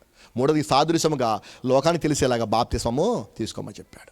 ఎవరైతే విశ్వాసం ఉంచి పాపక్షమాపణ నిమిత్తం బాప్తిసం పొందుకుంటారో ప్రియమైన బిడ్డలారా, వారందరూ రాజ్యంలో ప్రవేశించినట్లు లెక్క అన్నమాట. నా మాట మీకు అర్థమవుతుందమ్మా? చిన్న విషయం ఏమీ లేదన్నమాట. అది ఇప్పుడు అన్నీ అయిపోయిన తర్వాత ఒకళ్ళు ఉంటారు, ఒకళ్ళంటే గిట్టదండి మనకి. సపోజ్ అనుకుందాం, ఒకరు గిట్టదు మనకి, 1,00,000 రూపాయలు కావాలి, లేకపోతే ఎవరు బతకరన్నమాట, ఇంట్లో పరిస్థితి బాగాలేదు, 1,00,000 రూపాయలు కావాలి. అందరూ అయిపోయారు, ఇక చివరి అవకాశం ఉంది, ఆ దగ్గర మనకు తెలుసు. మనకి వెళ్తామా వెళ్ళమా? వెళ్తాం. అది నీకు బాగోలేదు వెళ్ళవు, కానీ ఇంట్లో వాళ్ళకి బాగాలేదు వెళ్తావు కంపల్సరీగా. అందులో పిల్లలు బాగోలేదు వెళ్ళాల్సిందే. అది అయ్యా గుర్తు చేసుకోబోక నాయన, ఎన్నో జరిగి ఉంటాయి మనకి అని చెప్పి అంటాం. అలాగే ఏసీ వద్దకు వచ్చేసయ్యా, నేను పాపిని నాయన, నా పాపను క్షమించి ప్రభు ఒక మాట అడిగితే కనుక ఆయన నేను నమ్మదగిన వాడు, నీకు క్షమించగలిగిన వాడు. ఎప్పుడైతే నువ్వు అందరికి తెలుసులాగా బాప్తిసం పొందుకుంటావో అప్పుడు ఆయన రాజ్యంలో ప్రవేశించినట్లు లెక్క. ప్రయత్నం పెట్టారు. అది ఇప్పుడు ఒక మాట అడుగుతాను, ఈ మాట. అది 1,00,000 మీకు ఒక అతను వచ్చాడు మీ ఊరు అనుకుందాం. సపోజ్ ఒక పెద్ద ధనవంతుడు వచ్చాడండి. ఆ లోకం మొత్తం తెలుసు, ఆ ధనవంతుడు మంచోడు, ధనవంతుడు, మంచి సహాయం చేయని వాడు. 10 కోట్లు ఇక్కడ తెచ్చి పెట్టాడు, ఇక్కడ ఇలా సభలో పెట్టాడు, మీ ఊరు సాటింపేశాడు. మీకు ఎవరెవరికి అప్పులు ఉన్నాయో వారందరూ వచ్చి చీటి రాసిస్తే మీ అప్పులు తీర్చేస్తాను చెప్పేసి సాటింపేశాడండి. మీరు ఏం చేస్తారు చెప్పండి? చెప్పండి, ఏ ఊరు అన్నది పేరు? వందనం వాసులారా మీరు చెప్పండి, ఏం చేస్తారు? మా బాబా దేవుళ్ళ వచ్చావయ్యా నువ్వు, అయ్యా చచ్చిపోతాను అప్పులతోటి, వడ్డీలు కట్టలేక అప్పు తీరుతావా నాన్న అని చెప్పేసి వచ్చేసి ఇదిగో బాబా నాకు 3 లక్షలు అప్పు ఉంది అనగానే 3 లక్షలు ఇచ్చేసి ఇచ్చేసాడండి. అది సంతోషపడతాం కదమ్మా. అలా కాకుండా కొంతమంది వచ్చేసి అసలు ఏ ఊరు అనేది, నువ్వు మాకు డబ్బులు ఇవ్వటం ఏంటి, నీ దేశం ఏ దేశము, ఏ ఊరుడు నువ్వు, ఇక్కడ ఇవ్వటం ఏంటి నువ్వు అని చెప్పేసి తగు పెట్టుకున్నారుకోండి, అతను వెళ్ళగొట్టేసరుకోండి, ఎవరికి నష్టం కదా. మరి అది ఏసయ్య నేను బాగుపరుస్తా, స్వస్థపరుస్తా, నీ పాపాన్ని క్షమిస్తానంటే ఏ ఊరు అనేది, ఏ దేశం అనేది అంటే ఏం చేసేలేదు నాన్న. అది అదవుతుందమ్మా. కాబట్టి ఆయన చెప్తున్న మాట ముందు రాజ్యంలో ప్రవేశించమని చెప్పాడు. రెండోది గొప్ప మాట నాన్న, నీతిగా జీవించమన్నాడు రా. అది నీతిమంతులు అవ్వమని చెప్పేసి అన్నాడు. పరిశుద్ధ గ్రంథము ఎప్పుడు కూడా నీతినే బోధిస్తుంది. అది 2 రకాల మనుషులు ప్రపంచంలో, ఒక నీతిమంతుడు, 2 పాపులే. అది జాతులు ఇవ్వండి, అది మనిషి అంత తర్వాత మనిషే. అది ఏ కులమైన కావచ్చు, ఎవరైనా మతమైన కావచ్చు, ఏ జాతి అయినా కావచ్చు, ప్రియమైన బిడ్డలు ఏమైనా కావచ్చు. కానండి 2 రకాల మనుషులే ఉంటారు.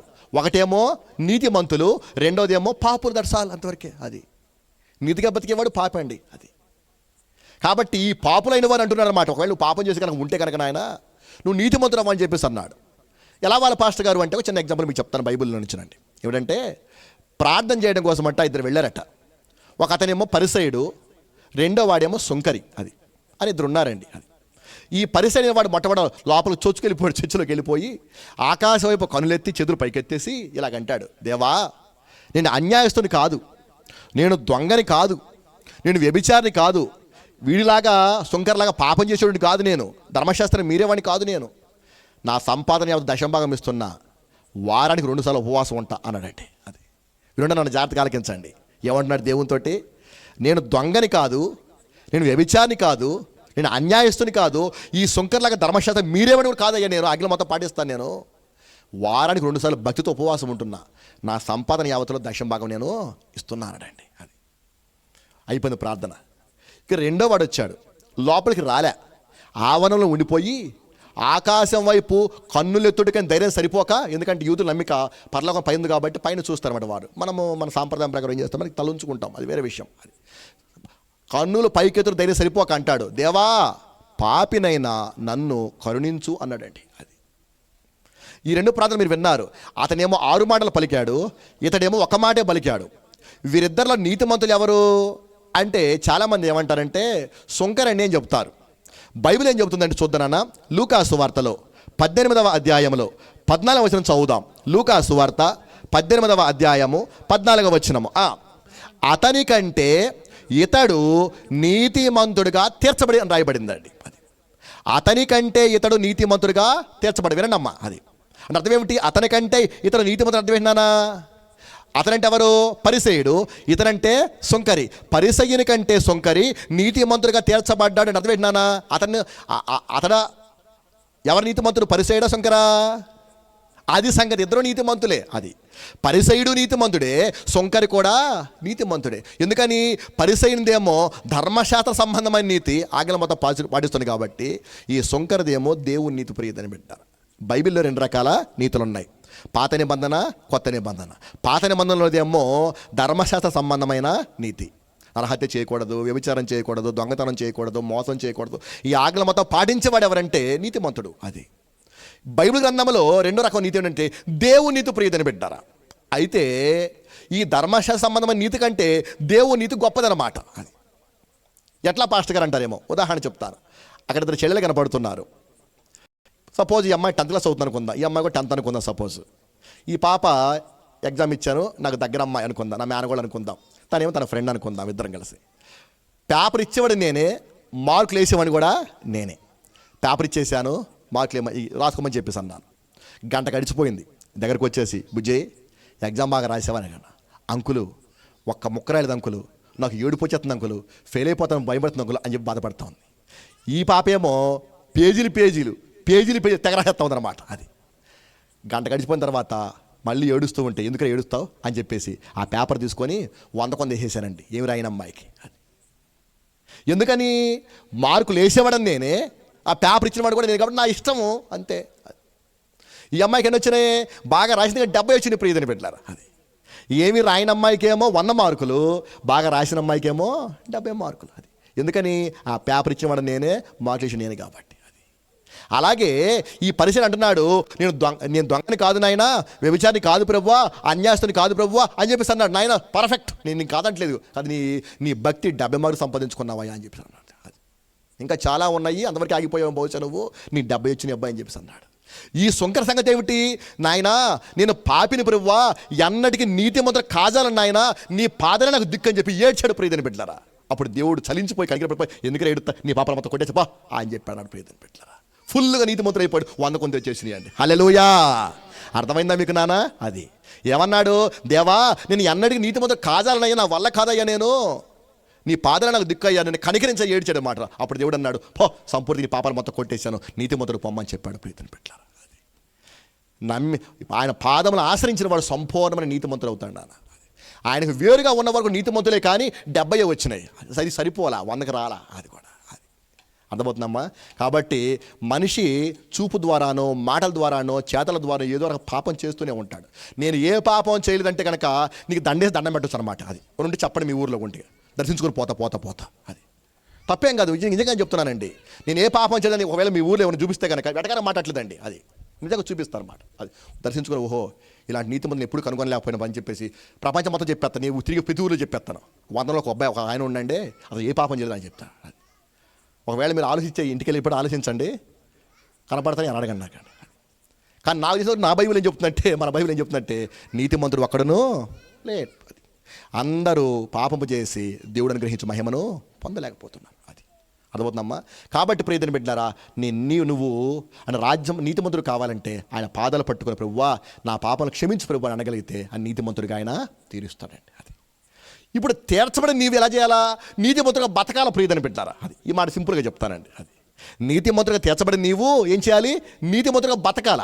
ఇప్పుడు సపోజ్ ఈ పాపకి ఏం చేశాను నేను? 100 మార్క్స్ చేసి ప్యాచ్ చేసేసాను నేను. యాక్చువల్గా పిల్ల ఆ పాప పాస్ అవ్వాలా, నేను ప్యాచ్ చేశాను. అది అలాగే సొంకరి నీతిమంతుడు కాదు, నీతిమంతుడు తీర్చబడ్డాడు. Very good. మళ్ళీ ఎగ్జామ్ పెట్టాను రా, మళ్ళీ చెరువు పేపర్ ఇచ్చేసాను. యథావిధిగా అమ్మ రాసేస్తా ఉంది. మళ్ళీ ఆ పాప రాయట్లా. దగ్గరికి వచ్చేసి బుజ్జి పేపర్ బాగా రాస్తున్నా అని చెప్పాను. నేను రాయట్లేదు అంకుల్ అంది. ఇప్పుడు ఏం చేస్తాను నేను? మళ్ళీ 100 వేస్తానా? ఏం చేస్తాను నేను? మెడగబెట్టి ఒకటి జరిసి, ఎందుకు చదువుకోలేదు నువ్వు? ఒకసారి ఏడ్చావు కాబట్టి నీకు 100 వేసాను, ప్యాచ్ చేశాను నేను. ఇప్పుడు ఏం చేయాలి? నువ్వు సక్రమంగా చదువుకోవద్దా నువ్వు అని చెప్పేసి గదుముతాను ప్రియదని బిడ్డరా. అలాగే చెప్పాడు యేసయ్య కూడాను. అది ఒకసారి నేను శిలువ రక్తం కాచుడు ద్వారా నీ పాపల మొత్తం క్షమించేశాను రబ్బా, ఇప్పుడు నీతిగా బతుకు నువ్వు. అది ఎలాగా? ఏ పాపం చేయబాక. ఇంకా నువ్వు పాపం చేసి నీకు పాప కొట్టివేసిన తర్వాత మళ్ళీ మరకలేందుకు? ఇప్పుడు నేను వైట్ చొక్క వేసుకున్నానండి. అది ఏం వేసుకున్నానా? వైట్ చొక్క వేసుకున్నాను. ఇది ఎందుకంటే అయ్యగారు అడిగారు ఇందాక, ఏంటి అయ్యగారు మొన్న కూడా రెడ్ డెస్క్ వచ్చి చెప్పండి, ఇది యేసు రక్తం గుర్తులే అని చెప్పేసి అన్నా అనమాట. హల్లెలూయా. తెలిపాం పరిశుద్ధతకి ఇదేమో యేసు రక్తం సాదృశ్యం. అందుకోసం మా యావ టైలర్ లేండి, అందుకని కుట్టేసింది ఇలాగా. ఇబ్బంది లేదు. సపోజ్ ప్యూర్ వైట్ వేసుకున్నాను అనుకోండి, ఆ వైట్ బట్టలు అలాగే ఉంచేసుకోవాలి నేను. ఒక చిన్న మరక పడింది అనుకోండి ఇక్కడ, మీరు ఏం చేస్తారు చెప్పండి? ప్రతి ఒక్కరు వచ్చేసి పాస్టర్ గారు మరకుంది అక్కడ, పాస్టర్ గారికి లేదు మరకుంది నేను చూసుకున్నాను. ఇది మొత్తం వైటే కానీ ఒక మరక మనకు కనపడుతుంది అనమాట. అదే ప్రభు చెప్పారు, బాబు నేను పరిశుద్ధ తెల్లగా చేశాను, నేను ఆ మరకలు పడకుండా చూసుకుంటారా అని చెప్పాడండి. అది తప్పండి. హల్లెలూయా. కాబట్టి నాన్న, నువ్వు నీతిమంతుడు అయిన తర్వాత, నీతిమంతుడు తీర్చబడిన తర్వాత నువ్వు నీతిగా నీకు బతకాల ప్రియతని పెట్టారా అమ్మా. తన వరకు చాలు పాఠం అనమాట. అంటే ఈ పాయింట్ వరకు. రెండవదిగా, ఏది? నీతిమంతుడిగా తీర్చబడిన తర్వాత నీతిగా బతికితే నీ బ్రతుకు భయాన్ని ఆయన పోగొడతానని చెప్పాడు. హల్లెలూయా. ఇక రెండో ఎగ్జాంపుల్ ఏమిటంటే, ఒక చిన్న బైబిల్లో తెలిసిన వారికి, మీరు ఎరిగిన వారి అనుకోండి, చెప్తున్నా మిమ్మల్ని బేస్ చేసుకొని అందరూ చెప్తున్న వాక్యం. ఏలియా కాలంలో కరువు వచ్చింది. వాళ్ళు చేసినటువంటి పాప పనికి దేవుడు కోపించి 3 సంవత్సరాల 6 నెలల పాటు ఆకాశాన్ని మూసేశారట. అది ఇక మంచు పడదు, వర్షం పడదు, కరువే అని చెప్పేసి అన్నాడు. అప్పుడు ఏలియా అన్నాడు, మరి ప్రభువా నేను ఎలా బతకమంటావు అన్నాడు. నువ్వు కెరీత్ అనే వాగు ఉన్నది, ఆ వాగు దగ్గర ఉండని చెప్పేసి అన్నాడు. ఏలియా మారు మాటకుండా వెళ్ళిపోయి ఆ వాగు దగ్గర ఉన్నాడండి. దేవుడు చేసినట్టు నాన్న, ఉదయము సాయంకాలము కాకుల గుంపు చేత మాంసాహారమును పంపించినాడు. హల్లెలూయా. గట్టిగా చెప్పండి నాన్న, హల్లెలూయా. కాకుల గుంపు చేత మాంసాహారాన్ని పంపించడండి. అది కాకులు మాంసాన్ని పట్టుకొస్తాయా పట్టుకుపోతాయా? చెప్పండి నాన్న. మీరు మాంసం కోసేస్తూ ఉంటే, చికెన్ బొకెన్ కోసేస్తూ ఉంటే ఎప్పుడు ఆదమరుస్తారా ఎత్తుకుపోదామని చెప్పి కాకి రెడీగా ఉంటుంది. అటువంటి కాకుల గుంపు చేతనే ఆహారము రప్పించగల సమర్థుడైన దేవుడు అంటే నాకు తెలిసిన మనకు మన ప్రభు అయినా యేసయ్య. గట్టిగా చెప్పకూడదాం ప్రియతని పెట్టారా, గట్టిగా చెప్పకూడదు నాన్న. అది అర్థమవుతుందా అండి? అలాగే 1 రోజా 2 రోజుల దాదాపుగా 1 నెల సంవత్సరం పాటు ఆ వాగులో నీళ్ళు ఎండిపోయేంత వరకు కూడాను ఉదయము సాయంకాలము ఏం చేస్తుంది? ఏలియా గారికి మాంసాహారమును పట్టుకోతుంది. అందుకే సేవకులైన మాకు పాస్టర్ గారికి ఏమన్నా ఏమి లేకపోయినా ఒకటి ఉంటుంది. ఏంటది? పొట్ట. ఏమంటున్నానా? పొట్ట ఉంటుంది. దేవుడు మాకు తిండికి మాత్రం లోడ్ చేయడు. అది అందుకే మా చిన్నప్పుడు మా పిల్లలు పాస్టర్ గారి పొట్ట సిమెంట్ కట్ట అనేవాళ్ళు అనమాట. అందరు కూడా అని ఎగతాలుగా పాడుతూ ఉండేవారు మాటను. దేవుడు అంతవరకు మమ్మల్ని చక్కగా చూసాడు మాటను. తిండికి బట్ట కొదువు లేకుండా ఆయన చేస్తూ ఉంటాడు అనమాట. అంచేత లోకమంతా కరువు తల్లాడుతూ ఉంటే పాస్టర్ గారికి మాంసం భోజనం అన్నమాట. అది చూడండి ఆహారము. లోకమేమో కరువు తల్లాడుతూ ఉంటే పాస్టర్ గారికి ఏంటట? మాంసాహారము. అది మనుషులు కూడా కాదు, కాకులు గుంపుతో పంపుతున్నట్టండి. అది ఇది చరిత్ర అండి. ఇదేమో పుక్కిట పురాణం కాదు ప్రియతని పెట్టారు. అబద్ధం రాయలేదండి. అది తప్పు రాశారు, ఒప్పు రాశారండి. జరిగింది రాశారు నాన్న. అది జరిగింది రాస్తే మళ్ళీ ఆక్షేపిస్తూ ఉన్నారు. సరే ఆ జోలు మనకెందుకు, మన టాపిక్ మాకు వచ్చేద్దాం మనం. అది సరే, సంవత్సరం తర్వాత నీళ్ళు ఎండిపోయినాయి. మరి కరువు ఉంది కదా, నీళ్ళు ఎండిపోయినాయి. అప్పుడు దేవుడు అన్నాడు, నువ్వు సారెపతు అనే ఊరికెళ్ళు, అక్కడ ఒక పేద విధవరాలు ఉంటుంది, ఆమెను పోషణకు ఆజ్ఞాపించాను, నువ్వు వెళ్ళాయి అని చెప్పేసి అన్నాడు. సెలవిచ్చా అని చెప్పేసి అన్నాడు. సరే ఆయన మాట కాదనకుండా ఆ ఊరికి వచ్చాడు. అప్పుడు ఆ స్త్రీ ఏం చేస్తుంది మీకు తెలుసు, పొలాలు ఏరుకుంటూ ఉంది. ఆమె వద్దకు అమ్మ ఎండ నడిచి వచ్చారమ్మ, దాహం వేస్తుందమ్మా, నీళ్ళు ఇవ్వమని చెప్పేసి అన్నాడు. ఉండు బాబా ఇస్తా అని చెప్పేసి లోపలికి వెళ్ళిపోతుంటే అన్నాడు, అయ్యా అమ్మ నాకు ఆకలిస్తుందమ్మా, ఒక అప్పం చేసి పెట్టరాదే అన్నమాట. అప్పుడు ఆవిడ అంది, నాయన కొంచెం పిండి ఉంది, కొంచెం నూనె ఉంది, ఈ పూటతో సరి నాకు నా కుమారునికే సరిపోతుందయ్యా అని చెప్పింది అన్నమాట. అప్పుడు ఆయన అన్నాడు, అమ్మా నువ్వు చెయ్యి అంటే చదువున్నాను. రాజుల మొదటి గ్రంథము 17వ అధ్యాయము 13వ వచనం చదువుదాం. రాజుల మొదటి గ్రంథంలో 17వ అధ్యాయము 13వ వచనం. అప్పుడు ఏలియా ఆమెతో ఇట్లనెను, భయపడవద్దు, పోయి నీవు చెప్పినట్లు చేయము. అది సంగతి. పోయి నీవు చెప్పినట్లు చెయ్యమ్మా. ఏం చెప్పాను నీకు? నేను ఒక అప్పం చేసి పెట్టమని చెప్పాను కదా, పెట్టేస్తాను అంతే. ఎప్పుడైతే అప్పం చేసి పెట్టిందో అప్పటి నుంచి ఏం జరిగింది మీకు తెలుసును. తొట్టిలో పిండి అయిపోలేదు, బుడ్డిలో నూనె అయిపోలేదు. గట్టిగా చెప్పకూడదమ్మా ప్రియదని పెట్టారా? అది తొట్టిలో పిండి అయిపోలేదు, బుడ్డిలో నూనె అయిపోలేదు. ఆ కరువు పూర్తయినంత వరకు కూడాను, ఆ 2 సంవత్సరాలు 6 నెలలు పాటు మిగతా గడిచిన సమయం అంతా కూడా ఆమెకు సమృద్ధి ప్రియదని పెట్టారు. ఎందుకు ఇలా జరిగింది పాస్టర్ గారు అంటే బైబిల్ చెబుతోందండి. యెహెజ్కేలు గ్రంథంలో 44వ అధ్యాయంలో 30వ వచనం చదువుదాం. యెహెజ్కేలు గ్రంథము 44వ అధ్యాయము 30వ వచనం చదువుతా బుజ్జి. మీ ప్రతిష్ఠ అర్పణములన్నిటిలోను, తొలిచూలు వాటినిటిలోను, మొదటివియు ప్రథమ ఫలములన్నిటిలోను మొదటివియు యాజకుల వగును. యెహెజ్కేలు గ్రంథము 44:30. మీ కుటుంబములకు ఆశీర్వాదము కలుగునట్లు మీరు ముందుగా పిసికిన పిండి ముద్దను యాజకులకు ఇయ్యవలెను. హల్లెలూయా. గట్టిగా చెప్పండి నాన్న, హల్లెలూయా. ఏమి రాయబడింది అక్కడ? మీ కుటుంబములకు ఆశీర్వాదము కలుగునట్లు మీరు ముందుగా పిసికిన పిండి ముద్దను ఎవరికి ఇవ్వాలా? అది సంగతి అన్నమాట. అది నీ సంపాదన యావత్తులో తొలి ఫలాన్ని యాజకునికి ఇవ్వమని చెప్పాడు. ఒకవేళ పంటలు వేసుకుంటే ప్రథమ ఫలము, పశువుల మందలు ఉంటే ప్రథమటివి, నువ్వు మొక్కుబడి కానుకలు ఏమైనా ఉంటే అవి కూడాను ఇది ఎవరికి ఇవ్వాలి చెప్పడ్డానా? యాజకుల వగను అని చెబుతూ రెండో మాట, మీ కుటుంబానికి సమృద్ధి కలగాలంటే మీరు ముందుగా పిసికిన పిండి ముద్దను యాజకునికి ఇవ్వమని చెప్పాడు మాట. ఆ రోజు ఏం చేసింది? వివరాలు ఏం చేసింది? ఆ రోజు మొదటి ముద్ద పిసికి ఒక రొట్టెను తయారు చేసి యాజకునికి ఇచ్చిన కారణం చేతనే తొట్టిలో పిండి అయిపోలేదు, బుడ్డిలో నూనె అయిపోలేదు నాన్న. అంచేత మిమ్మల్ని కాపాడుతున్నటువంటి కాపని పోషించగలిగితే నీ బ్రతుకుబోయా నాయన తీరుస్తాడు అని బైబిల్ చెబుతోంది ప్రియతని పెట్టారా. హల్లెలూయా. గట్టిగా చెప్పండి హల్లెలూయా. అంచేత ఈ విషయం నేను నొక్కి ఒక్కడిని చెప్పడానికి ఇది సభ కాదు, మనం లోపల చెప్పుకోవచ్చు కానీ. కాబట్టి విషయం మాత్రం ఇదే. ఆనాడు దేవుడు పంపిన సేవకుణ్ణి ఆమె పోషించిన కారణం చేతనే ఆమె బ్రతుకుబోయాన్ని ఆయన తీర్చేశాడు. ఆ రోజున మొదటి ముద్ద సేవకుని పెట్టిన కారణం చేతనే ఆమె దీవించబడింది ప్రియతని పెట్టారా. కాబట్టి నీ బ్రతుకు భయం కూడా 2 విషయాలు జ్ఞాపకం చేశాను. 1 రాజ్యం ప్రవేశించాలి, 2 నీతిగా జీవించాలి, 3 సేవకుని పోషించాలి అనే వాక్యం చెబుతుందండి. కాబట్టి ఆ విధంగా బ్రతుకు భయాన్ని ఆయన పోగొడతానని చెప్పేసి అన్నాడు. రెండో మాట ఏమిటంటే శత్రు భయము. 10 నిమిషం, పావు గంట 20 నిమిషాలు చెప్పి క్లాస్ చేస్తున్నానా. రెండోది శత్రు భయము. ఏం బుజ్జి చెప్పండి రా, గట్టిగా చెప్పండి అమ్మా. శత్రు భయము. మనలో మన శత్రువులు ఎవరు ఉంటారా? మన రేవంత్ రెడ్డా, కేసీఆరా? మన రాజకీయ నాయకులు పెట్టరా? మనం ఏమన్నా మనకెవరు శత్రువులు ఉంటారు? మనకు శత్రువులు ఎవరు ఉండరు. కానీ మనకు శత్రువులు ఎప్పుడు వస్తారు అంటే మనం ఎదిగినప్పుడు శత్రువులు వస్తారా. అది మనం దీనస్థితిలో ఉన్నప్పుడు మనకి ఎవడు ఉండడు శత్రువు. మనం ఎప్పుడైతే అభివృద్ధి చెందుతున్నామో, దీవించబడుతున్నామో అప్పుడు శత్రువులు వస్తారు ప్రియమైన బిడ్డలారా. అది పూర్వకాలపు రోజుల్లో పాస్టర్లు చాలా దీనస్థితిలో ఉండేటివారు. అవి ఎలా ఉంటారో మీకు కొంతమంది చాలామంది తెలుసు కొంతమందికి. అది అప్పుడు ఏమన్నా ఎవరు పట్టించుకునేవాళ్ళు కాదు. ఇప్పుడు కాస్త దేవుడు దీవించేసి ఏదో కాస్త మంచి బట్టలు వేసుకొని ఏదో వాహనాల కొరకు తిరుగుతూ ఉంటే అందరి కళ్ళు మంట వచ్చేస్తాను నాన్న. అది విషయం అదే, ఎందుకంటే ఏమీ లేదు. దీవించబడుతున్నప్పుడు అవతల వాడికి ఇబ్బంది అవుతుంది అన్నమాట. అది సరే, ఆ టాపిక్ పక్కన పెట్టేసి పాయింట్లోకి వస్తాను నేను. బైబిల్లో ఒక చిన్న ఎగ్జాంపుల్ చెప్తాను. కనాను అనే ప్రాంతంలో కరువు వచ్చిందండి. ఆ సమయంలో ఒక జంట ఉన్నారు, ఇస్సాకు రెబెకా అని 2 జంట ఉన్నారు. వారిద్దరు కలిసి ఐగుప్తుని కనాను విడిచిపెట్టి గెరారు అనే ప్రాంతానికి వచ్చారు. వారిద్దరు భార్యాభర్తలు కదా. సరే, అక్కడికి వచ్చినప్పటికి రాజుగారు పిలిచి అన్నారు, మీ ఇద్దరు ఏమవుతారండి పరవాసులకు వచ్చారంటే? మేమిద్దరం అన్నా చెల్లెమని చెప్పేసి అన్నాడు. ఎందుకు చెప్పాడంటే అంతకుముందు ఒక సమయంలో అబ్రాహాము గారు, శారమ్మ గారు వచ్చారు, వాళ్ళని అమ్మా నాన్న వచ్చారు మాటను. అప్పుడు ఆయన కూడా అలాగే చెప్పాడు, అయ్యా నా చెల్లెని చెప్పేసి అన్నాడు. ఎందుకు చెప్పాడు ఇక్కడ రాజుగారు అంటే, అయ్యా ఈ స్థలంలో దేవుని భయం లేదంట కదయ్యా, ఈ స్థలం మందు దేవుని భయమో ఏమాత్రం లేదంట కదండి. పొరపాటు నేను భర్తను చెప్పుకుంటే ఆయన చంపేసేంట్రా, ఆయమ్మని పెళ్లి చేసుకుందామని చెప్పి చంపేతను భయం వేసిందే నాకు అని చెప్పి చెప్పుకున్న మాట. అది ఇస్సాకు చెప్పుకుంటాడు బహుశా, అది గుర్తుపెట్టుకున్నాడు ఇస్సాకు అన్నమాట. అందుకే ఒక మాట చెప్తానండి, తండ్రి ఏది చేయటో కుమారుడు చూచునో అదే కానీ తనంతట తాను ఏది చేయనేరడు. అది తండ్రి ఏం చేస్తాడో కొడుకు అదే చేస్తారన్నమాట. అది అదవుతుందమ్మా.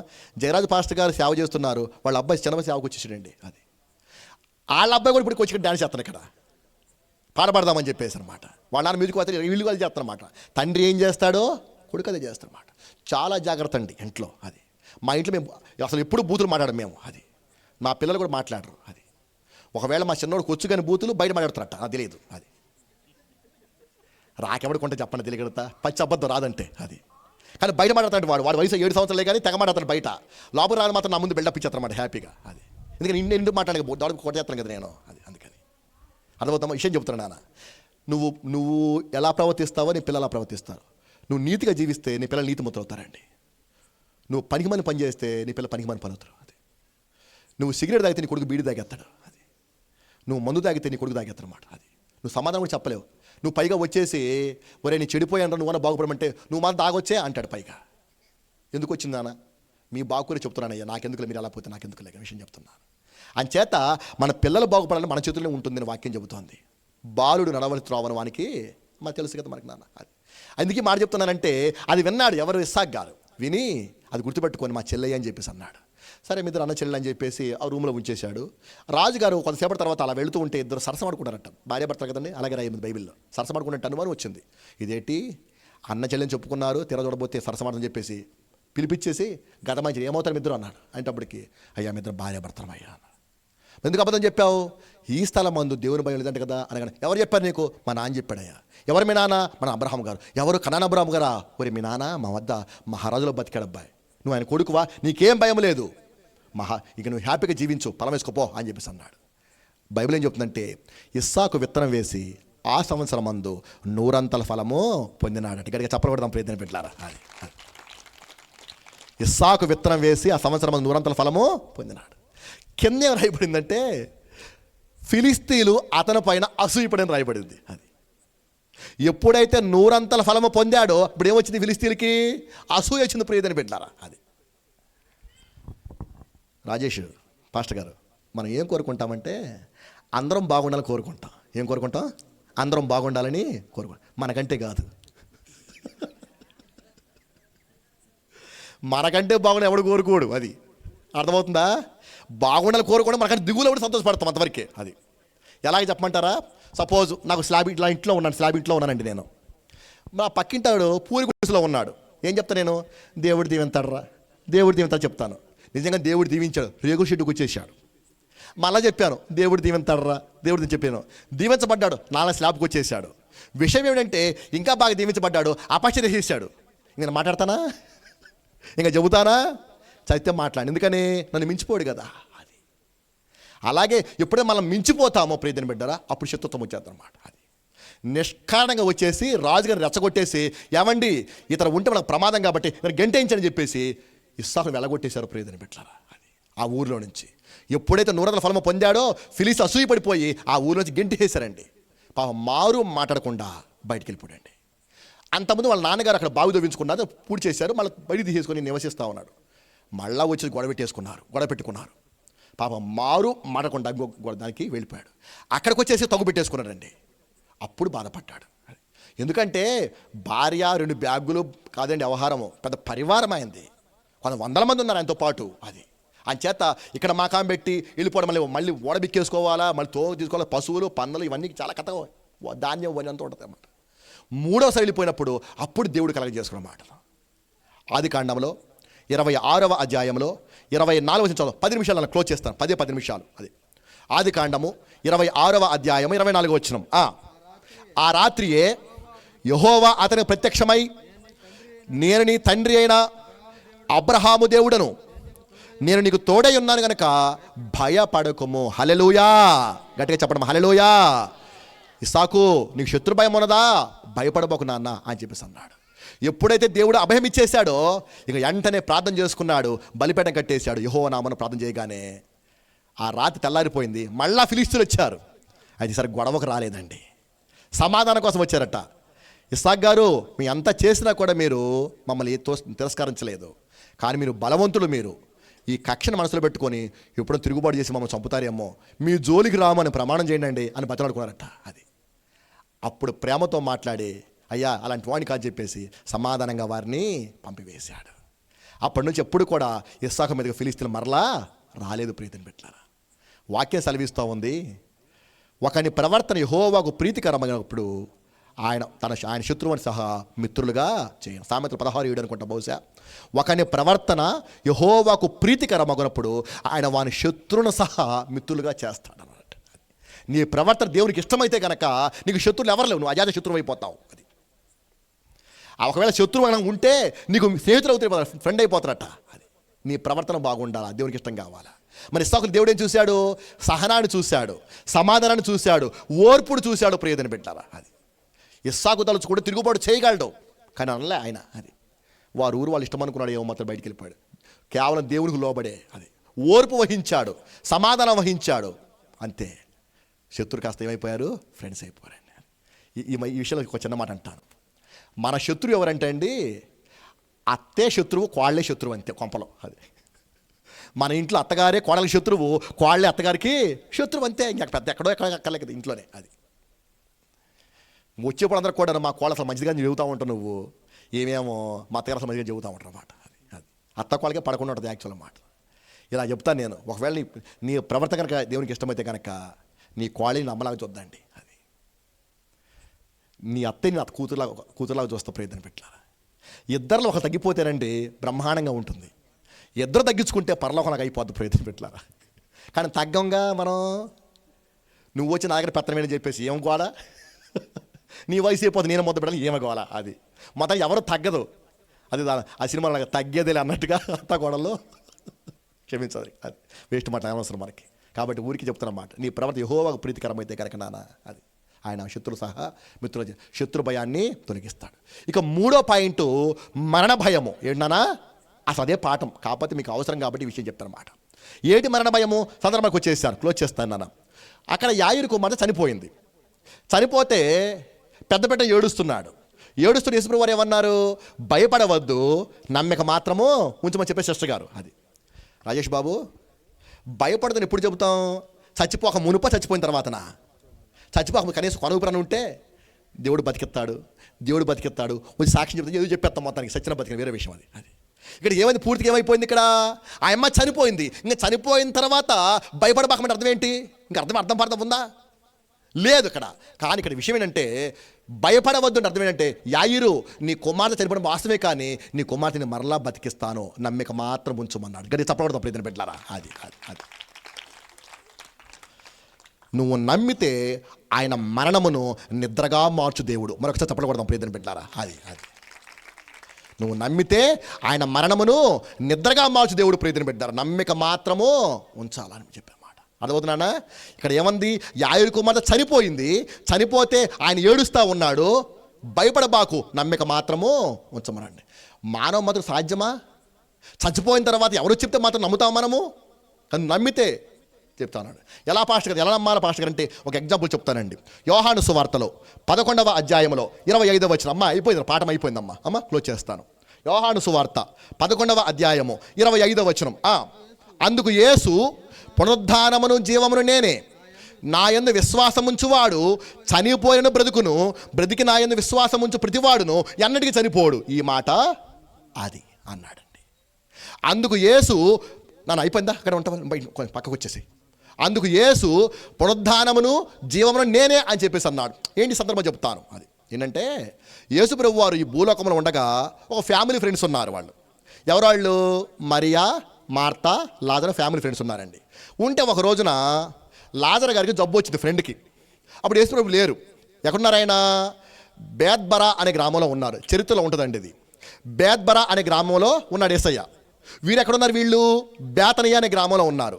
ఆయన ఉన్న ఊరికి ఈ ఊరికి 30 కిలోమీటర్లు, 20 మైళ్ళు ఉందండి, 32 కిలోమీటర్లు ఉందన్నమాట.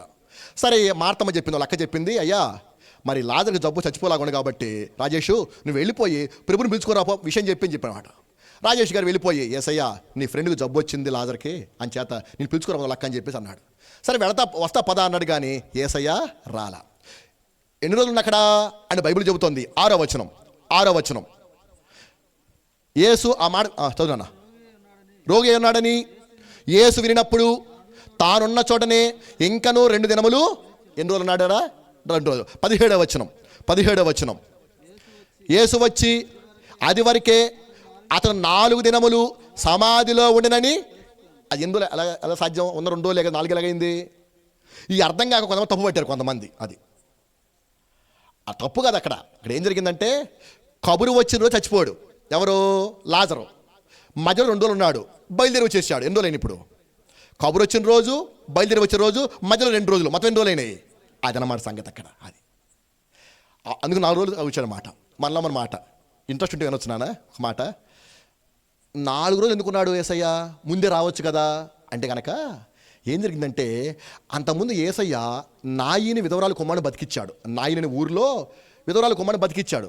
బతికితే ఈ పరిశీలన అన్నారు, ఎవరైనా చనిపోతే ఆత్మ ఆ శవము చుట్టూ 3 రోజుల పాటు తిరుగుతూ ఉంటుంది. ముఖము రంగు మారకుండా ఉంటే, ఈ శరీరం కుళ్ళు పట్టకుండా ఉంటే, నవరంధ్రాల ద్వారా ఆత్మ లోపలికి ప్రవేశించి ఆడు బతుకుతాడులే అని చెప్పేసి ఆక్షేపించారండి. అది అలా బతికాళ్ళు ఆయన, ఈయన బతికించలేటని చెప్పేసి యేసుప్రభు దైవత్వం నమ్మలేదు, ప్రీతిని పెట్టారు వాళ్ళు. అది ప్రభువు తెలుసుకొని మీ తిమ్మిరి ఎలాగుందని చెప్పేసి ఇప్పుడు 4 రోజులు పడి ఉండిపోయాక అనమాట. అది విషయం ఏంటి? 3 రోజులే కదా కాబట్టి 4 రోజులు ఉండిపోయాడు అక్కడ. ఇక్కడ వాడు కబురు పెట్టేశాడు.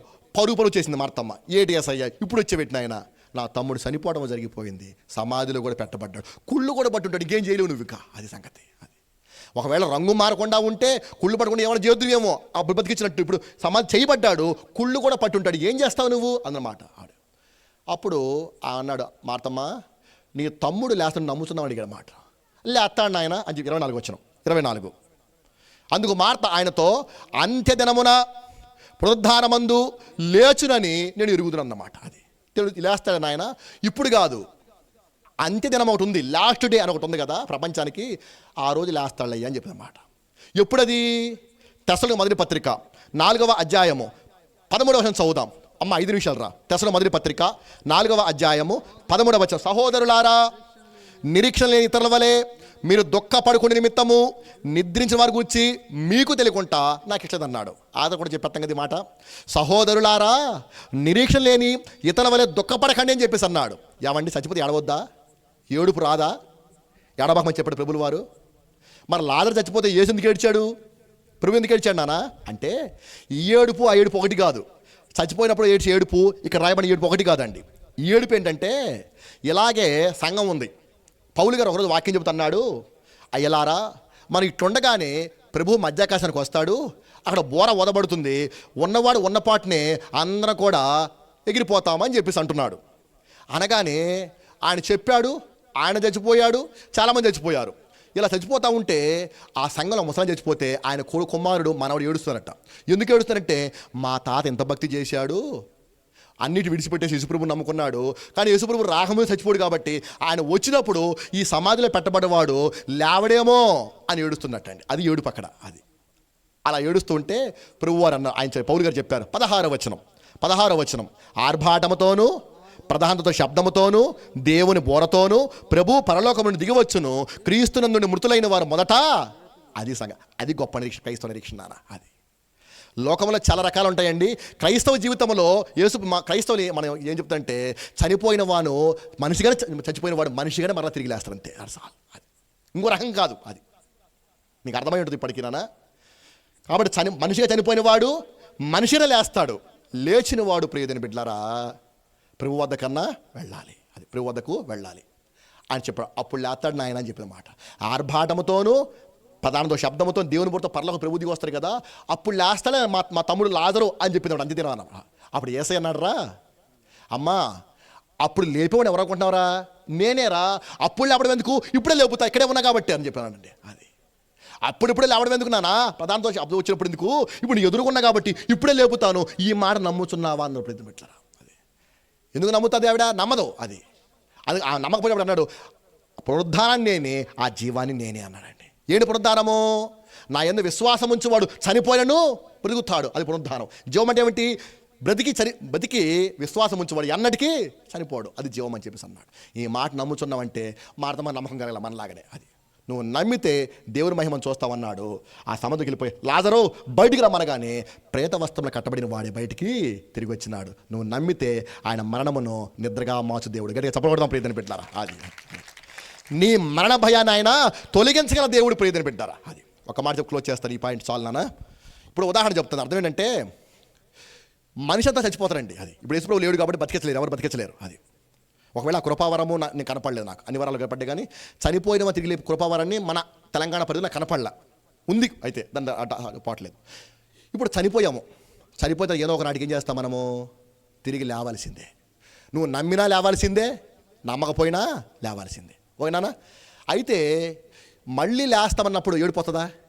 ఉదాహరణ చెప్తాను రా, ఈ మాట చెప్పులో చేస్తాను. నేను నా ఫ్రెండ్ని లేదా మా అబ్బాయిని అనుకుందాం, అమెరికా పంపించాను. నేను వెళ్ళేటప్పుడు ఏం చేస్తాను? నేను దూర ప్రాంతం వెళ్తున్నాను నాన్న అని చెప్పి ఏడుస్తాను. నేను కళ్ళనీళ్ళు పెట్టుకుంటాను. మా ఆవిడని నేను అనుకుందాం. సపోజ్ రోజు ఏడుస్తామా? ఎందుకు ఆడాము? అక్కడ ఉన్నాడు కదా, ఏదో ఒక రోజున మేమన్నా అక్కడికి వెళ్తా, లేదా వాడనా ఇక్కడికి వచ్చేస్తాడు. అది అలాగే మా అమ్మ మా నాన్న చచ్చిపోయాడండి. 21లో మా నాన్న, 23లో మా అమ్మ చనిపోయారు. సంవత్సరాల కాలం ఇద్దరు చచ్చిపోయారు మాట. ఆ రోజు చాలా దిగులు పడ్డా. వాళ్ళు లేరు, కొంచెం బాధ ఉంది. కానీ నాకు నిరీక్షణ ఒకటి ఉంది. ఏమని? వాళ్ళు పరలోకంలో ఉన్నారు. ఒకనాడు నేను వెళ్తాగా, ఒకనాటికి నేను వెళ్తాను కదా. అది నేను సెలవు కూడా ఇక్కడ ఉంటానేంటి? ఒక 50 ఏళ్ళు బతికిన తర్వాతే పోవాల్సిందే కదా. అది ప్రభు ఆయుషితి 50 ఏళ్ళు. అది లేకపోతే ముందే పోవాలి కదా ఏదో రకాన. అది అప్పుడు ఎక్కడికి వెళ్తాను? నేను అమ్మ నాన్న వద్దకు వెళ్ళిపోతాను కదా. దానికి ఇది ఏడుపు. అమెరికా కనపడదు, పరలోకం కనపడదు, మొత్తానికి ఉంది కదా. అది నిరీక్షణ ప్రియతని పెట్టారా. నువ్వు నమ్మితే నువ్వు చనిపోయిన తర్వాత, సమాధులు పెట్టబడిన తర్వాత నువ్వు లేస్తావు. లేచిన వారిని మరలా కలుసుకుంటావు అక్కడ ప్రియతని పెట్టారా. కాబట్టి ఆయన చనిపోవడం ఒకటే కాదండి, ఆ చనిపోయిన వారు తిరిగి లేపగల దేవుడు, మరణ భయాన్ని తీర్చగల దేవుడు. హల్లెలూయా. కాబట్టి ఒకటేమో బ్రతుకు భయము, రెండోదేమో శత్రు భయము, మూడోదేమో మరణ భయం ప్రియతని పెట్టారా. అది ఆ భయాన్ని తీర్చగల దేవుడు. భయపడవద్దు, నమ్మిక మాత్రం ఉంచు. ఆయనను స్వస్థపరుస్తాడు, ఆయన చనిపోయిన వారిని తిరిగి లేపుతాడు ప్రియతని పెట్టారా. కాబట్టి వాక్య భాగం ముగించేస్తాను, 3వ పాయింట్ అక్కర్లేదని క్లోజ్ చేస్తాను. కాబట్టి ఆయన అంటున్నాడు ప్రియతని పెట్టారా, ఇదిగో నేను త్వరగా వచ్చుచున్నాను, నా యందు కేవలం విశ్వాసం ఉంచండి, నా రాజ్యంలో చేరండి, మీ పాపాలు కొట్టేసుకోండి, నువ్వు చనిపోయినప్పుడు మరలా తిరిగి లేస్తావు. నా రాకడ ఆలస్యమైతే నీకు బ్రతుకు భయం ఉందా? తీరుస్తాను. నీ శత్రు భయం ఉందా? తీరుస్తాను అని చెప్తున్న ప్రీతిని పెట్టారా. నువ్వు నమ్మితే కనుక ఒక్క నిమిషం ప్రార్థన చేసుకో. ప్రభువా, నా బ్రతుకు భయం పోగొట్టిన ఆయన, నా శత్రు భయం పోగొట్టు ప్రభువా. నువ్వు నమ్మదగిన దేవుడువు, నువ్వు వద్దుడు కాదు ప్రార్థన ప్రభువా. నువ్వు వస్తావట, వచ్చిన నన్ను కూడా జ్ఞాపకం చేసుకొని చెప్పి అని అడిగితే ఆయన వస్తాడు, నీ పాపను క్షమిస్తాడు, నీతి మొత్తం తీరుస్తాడు. ఆయన వచ్చినప్పుడు పరదేశంలోకి తీసుకెళ్ళిపోతాడు. దేవుడు తన వినికిడిలో ఈ వాక్య భాగం ఫలింపచేయునుగాక. ఆమేన్. అందరూ కూడా మోకరించండి. ఈ రాత్రి కాల సమయంలో దేవుడు తన దాసులను నిలవబెట్టుకొని 3 భయములను గురించి పరిశుద్ధాత్మ దేవుడు మనతో మాట్లాడుతూ వచ్చాడు. ఈ 3 భయాలు ప్రతి ఒక్కరి జీవితంలో సంభవిస్తూనే ఉన్నాయి. ఏదో ఒక భయం మనిషిని వెంటాడుతూనే ఉంది. నీ ప్రతి భయములన్నిటి నుండి నేను విడిపించటానికి ప్రభుని యేసుక్రీస్తు లోకానికి దిగి వచ్చాడు. సహోదరి సహోదరుడా, నీకున్న భయములన్నీ దేవుడు దూరపరచనై ఉన్నాడు. ప్రభువా, భయముల నుండి నన్ను విడిపించయ్యా. ప్రతి భయము నుండి బ్రతకాలి. ఎలా బ్రతకాలి అనే భయం ఉన్నదా? శత్రువు భయము నిన్ను వెంటాడుతూ ఉన్నదా? మరణ భయముతో ఉన్నావా? నీ భయములన్నిటినీ తీసివేయగలిగిన వాడు ప్రభువైన యేసుక్రీస్తు. ఒక చిన్న ప్రార్థన చే, ప్రభువా, నాకు కలుగుతున్న భయముల నుండి నన్ను విడిపించు ప్రభువా. భయపడుకుడని చెప్పావు, ఎన్నో మార్లు చెప్పావు, ఎంతమందికి చెప్పావు ప్రభువా. భయపడుకుడి అన్నావు. అయినప్పటికీ ప్రభువా, మేము భయపడుతూనే ఉన్నామయ్యా. మా భయములను తీర్చవని చెప్పి ప్రార్థన చేయండి. ఎలాంటి భయముతో, ఎలాంటి దిగులుతో, ఎలాంటి కృంగుదలతో ఈ రాత్రి స్థలములో ఉన్నప్పటికీ నీ పరిస్థితిని మార్చగలిగిన దేవుడుగా ఆయన నీ యొద్దకు ప్రత్యక్షమవుతూ ఉన్నాడు. హల్లెలూయా, హల్లెలూయా. దేవుడి నిన్ను ముడుతున్నాడు. దేవుని ఆత్మ నిన్ను బలపరుస్తూ ఉంది. దేవుని ఆత్మ నిన్ను ధైర్యపరుస్తూ ఉన్నది. రెండు పరిశుద్ధాత్ముడా, నా భయము నుండి నన్ను విడిపించయ్యా, కలవరము నుండి విడిపించయ్యా, దిగులు నుండి విడిపించయ్యా, ప్రతి భయములు నా నుండి దూరపరచు ప్రభు అని చెప్పి ప్రభుని వేడుకోనండి. అందరూ నోరు తెరవండి. ఒక చిన్న ప్రార్థన. భయము నుండి విడిపించగలిగిన వాడు ఒక్కడే, ఆయనే ప్రభు అయిన యేసుక్రీస్తు. ఎవరు విడిపించలేరు. భయపడుకోడని అభయమిచ్చినటువంటి దేవుడు.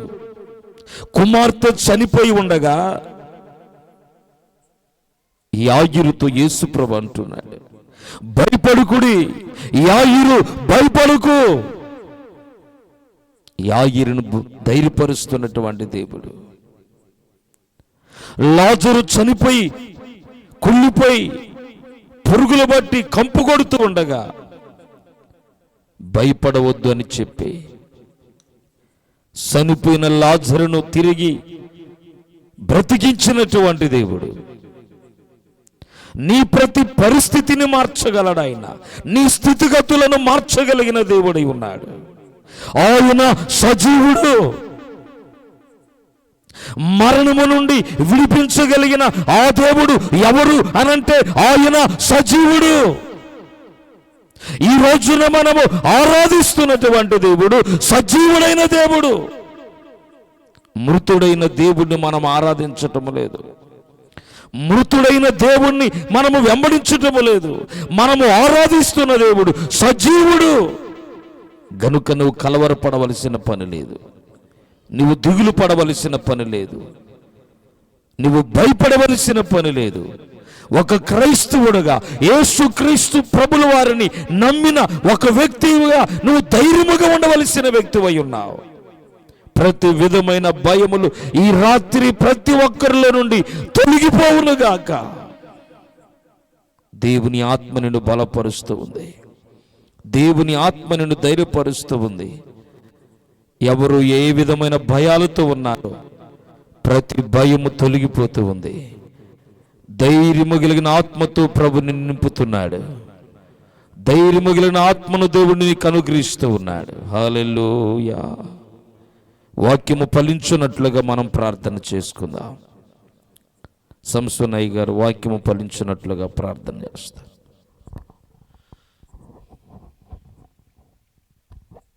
పరిశుద్ధుడైన మా పరలోకపు తండ్రి, ఈ రాత్రి వేళ ఈ వందనం గ్రామంలో షిలోహు మినిస్ట్రీ ద్వారా ఏర్పాటు చేయబడినటువంటి ఈ సువార్త సభలలో మొదటి రాత్రి మీ దాసుని సుదూర ప్రాంతం నుంచి మా మధ్యకు తోడుకొని వచ్చి శ్రేష్టమైనటువంటి సందేశాన్ని అనుగ్రహించి ఈ గ్రామాన్ని మీరెంతగానో ప్రభా ప్రేమించి ప్రజల రక్షణార్థమై సమకూర్చబడినటువంటి సంఘమును చేరువచ్చిన ప్రజలందరినీ ప్రేమించి వారందరి ఆశీర్వాదము కొరకు అద్భుత రీతిలో మీరు మాట్లాడారు ప్రభువా.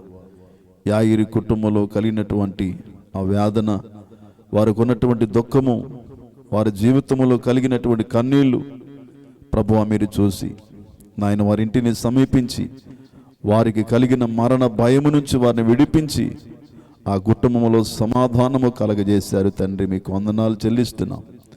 ఇది రాత్రి మీరు తెలియపరిచినట్లుగా నాయన జీవిత భయము ప్రతి ఒక్కరిలోంచి ప్రభువా తొలగించండి.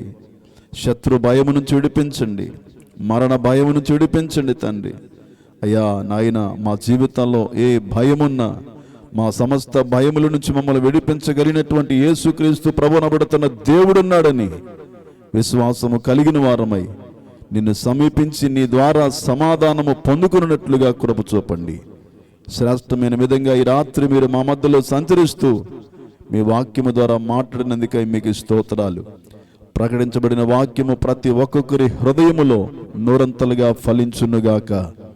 అయ్యా తండ్రి, మా మధ్యకు వచ్చి నీ వాక్యాన్ని స్థలములో ప్రకటించినటువంటి మీ దాసును బలపరచండి. అద్భుత రీతిలో మీరు వాడుకుంటున్నారు తండ్రి. ఇంకను బలపరిచి ఆశీర్వదకరంగా మీరు వాడుకోండి ప్రభువా. మీకు వందనాలు. ఇంతవరకు ప్రార్థించిన రీతిగా ఈ సభను జయకరముగా జరిగించినందుకు నీకు స్తోత్రాలు చెల్లిస్తూ యేసు నామములో ప్రార్థిస్తున్నాము తండ్రి. ఆమేన్. రాజేంద్ర ప్రసాద్ అయ్య గారు దీవెనిస్తారు. మన పరమ తండ్రి అయిన దేవుని యొక్క ప్రేమయు, కుమారుడైన క్రీస్తు యొక్క కృపయు, పరిశుద్ధాత్మక అన్యోన్య సహవాసము కూడి వచ్చిన మనకును ఈ మైకు ద్వారా వినపడుచున్న వినిన వారికిని సకల పరిశుద్ధులకును ఎల్లప్పుడూ తోడే ఉండును గాక. ఆమేన్, ఆమేన్, ఆమేన్. Praise the lord. హల్లెలూయా.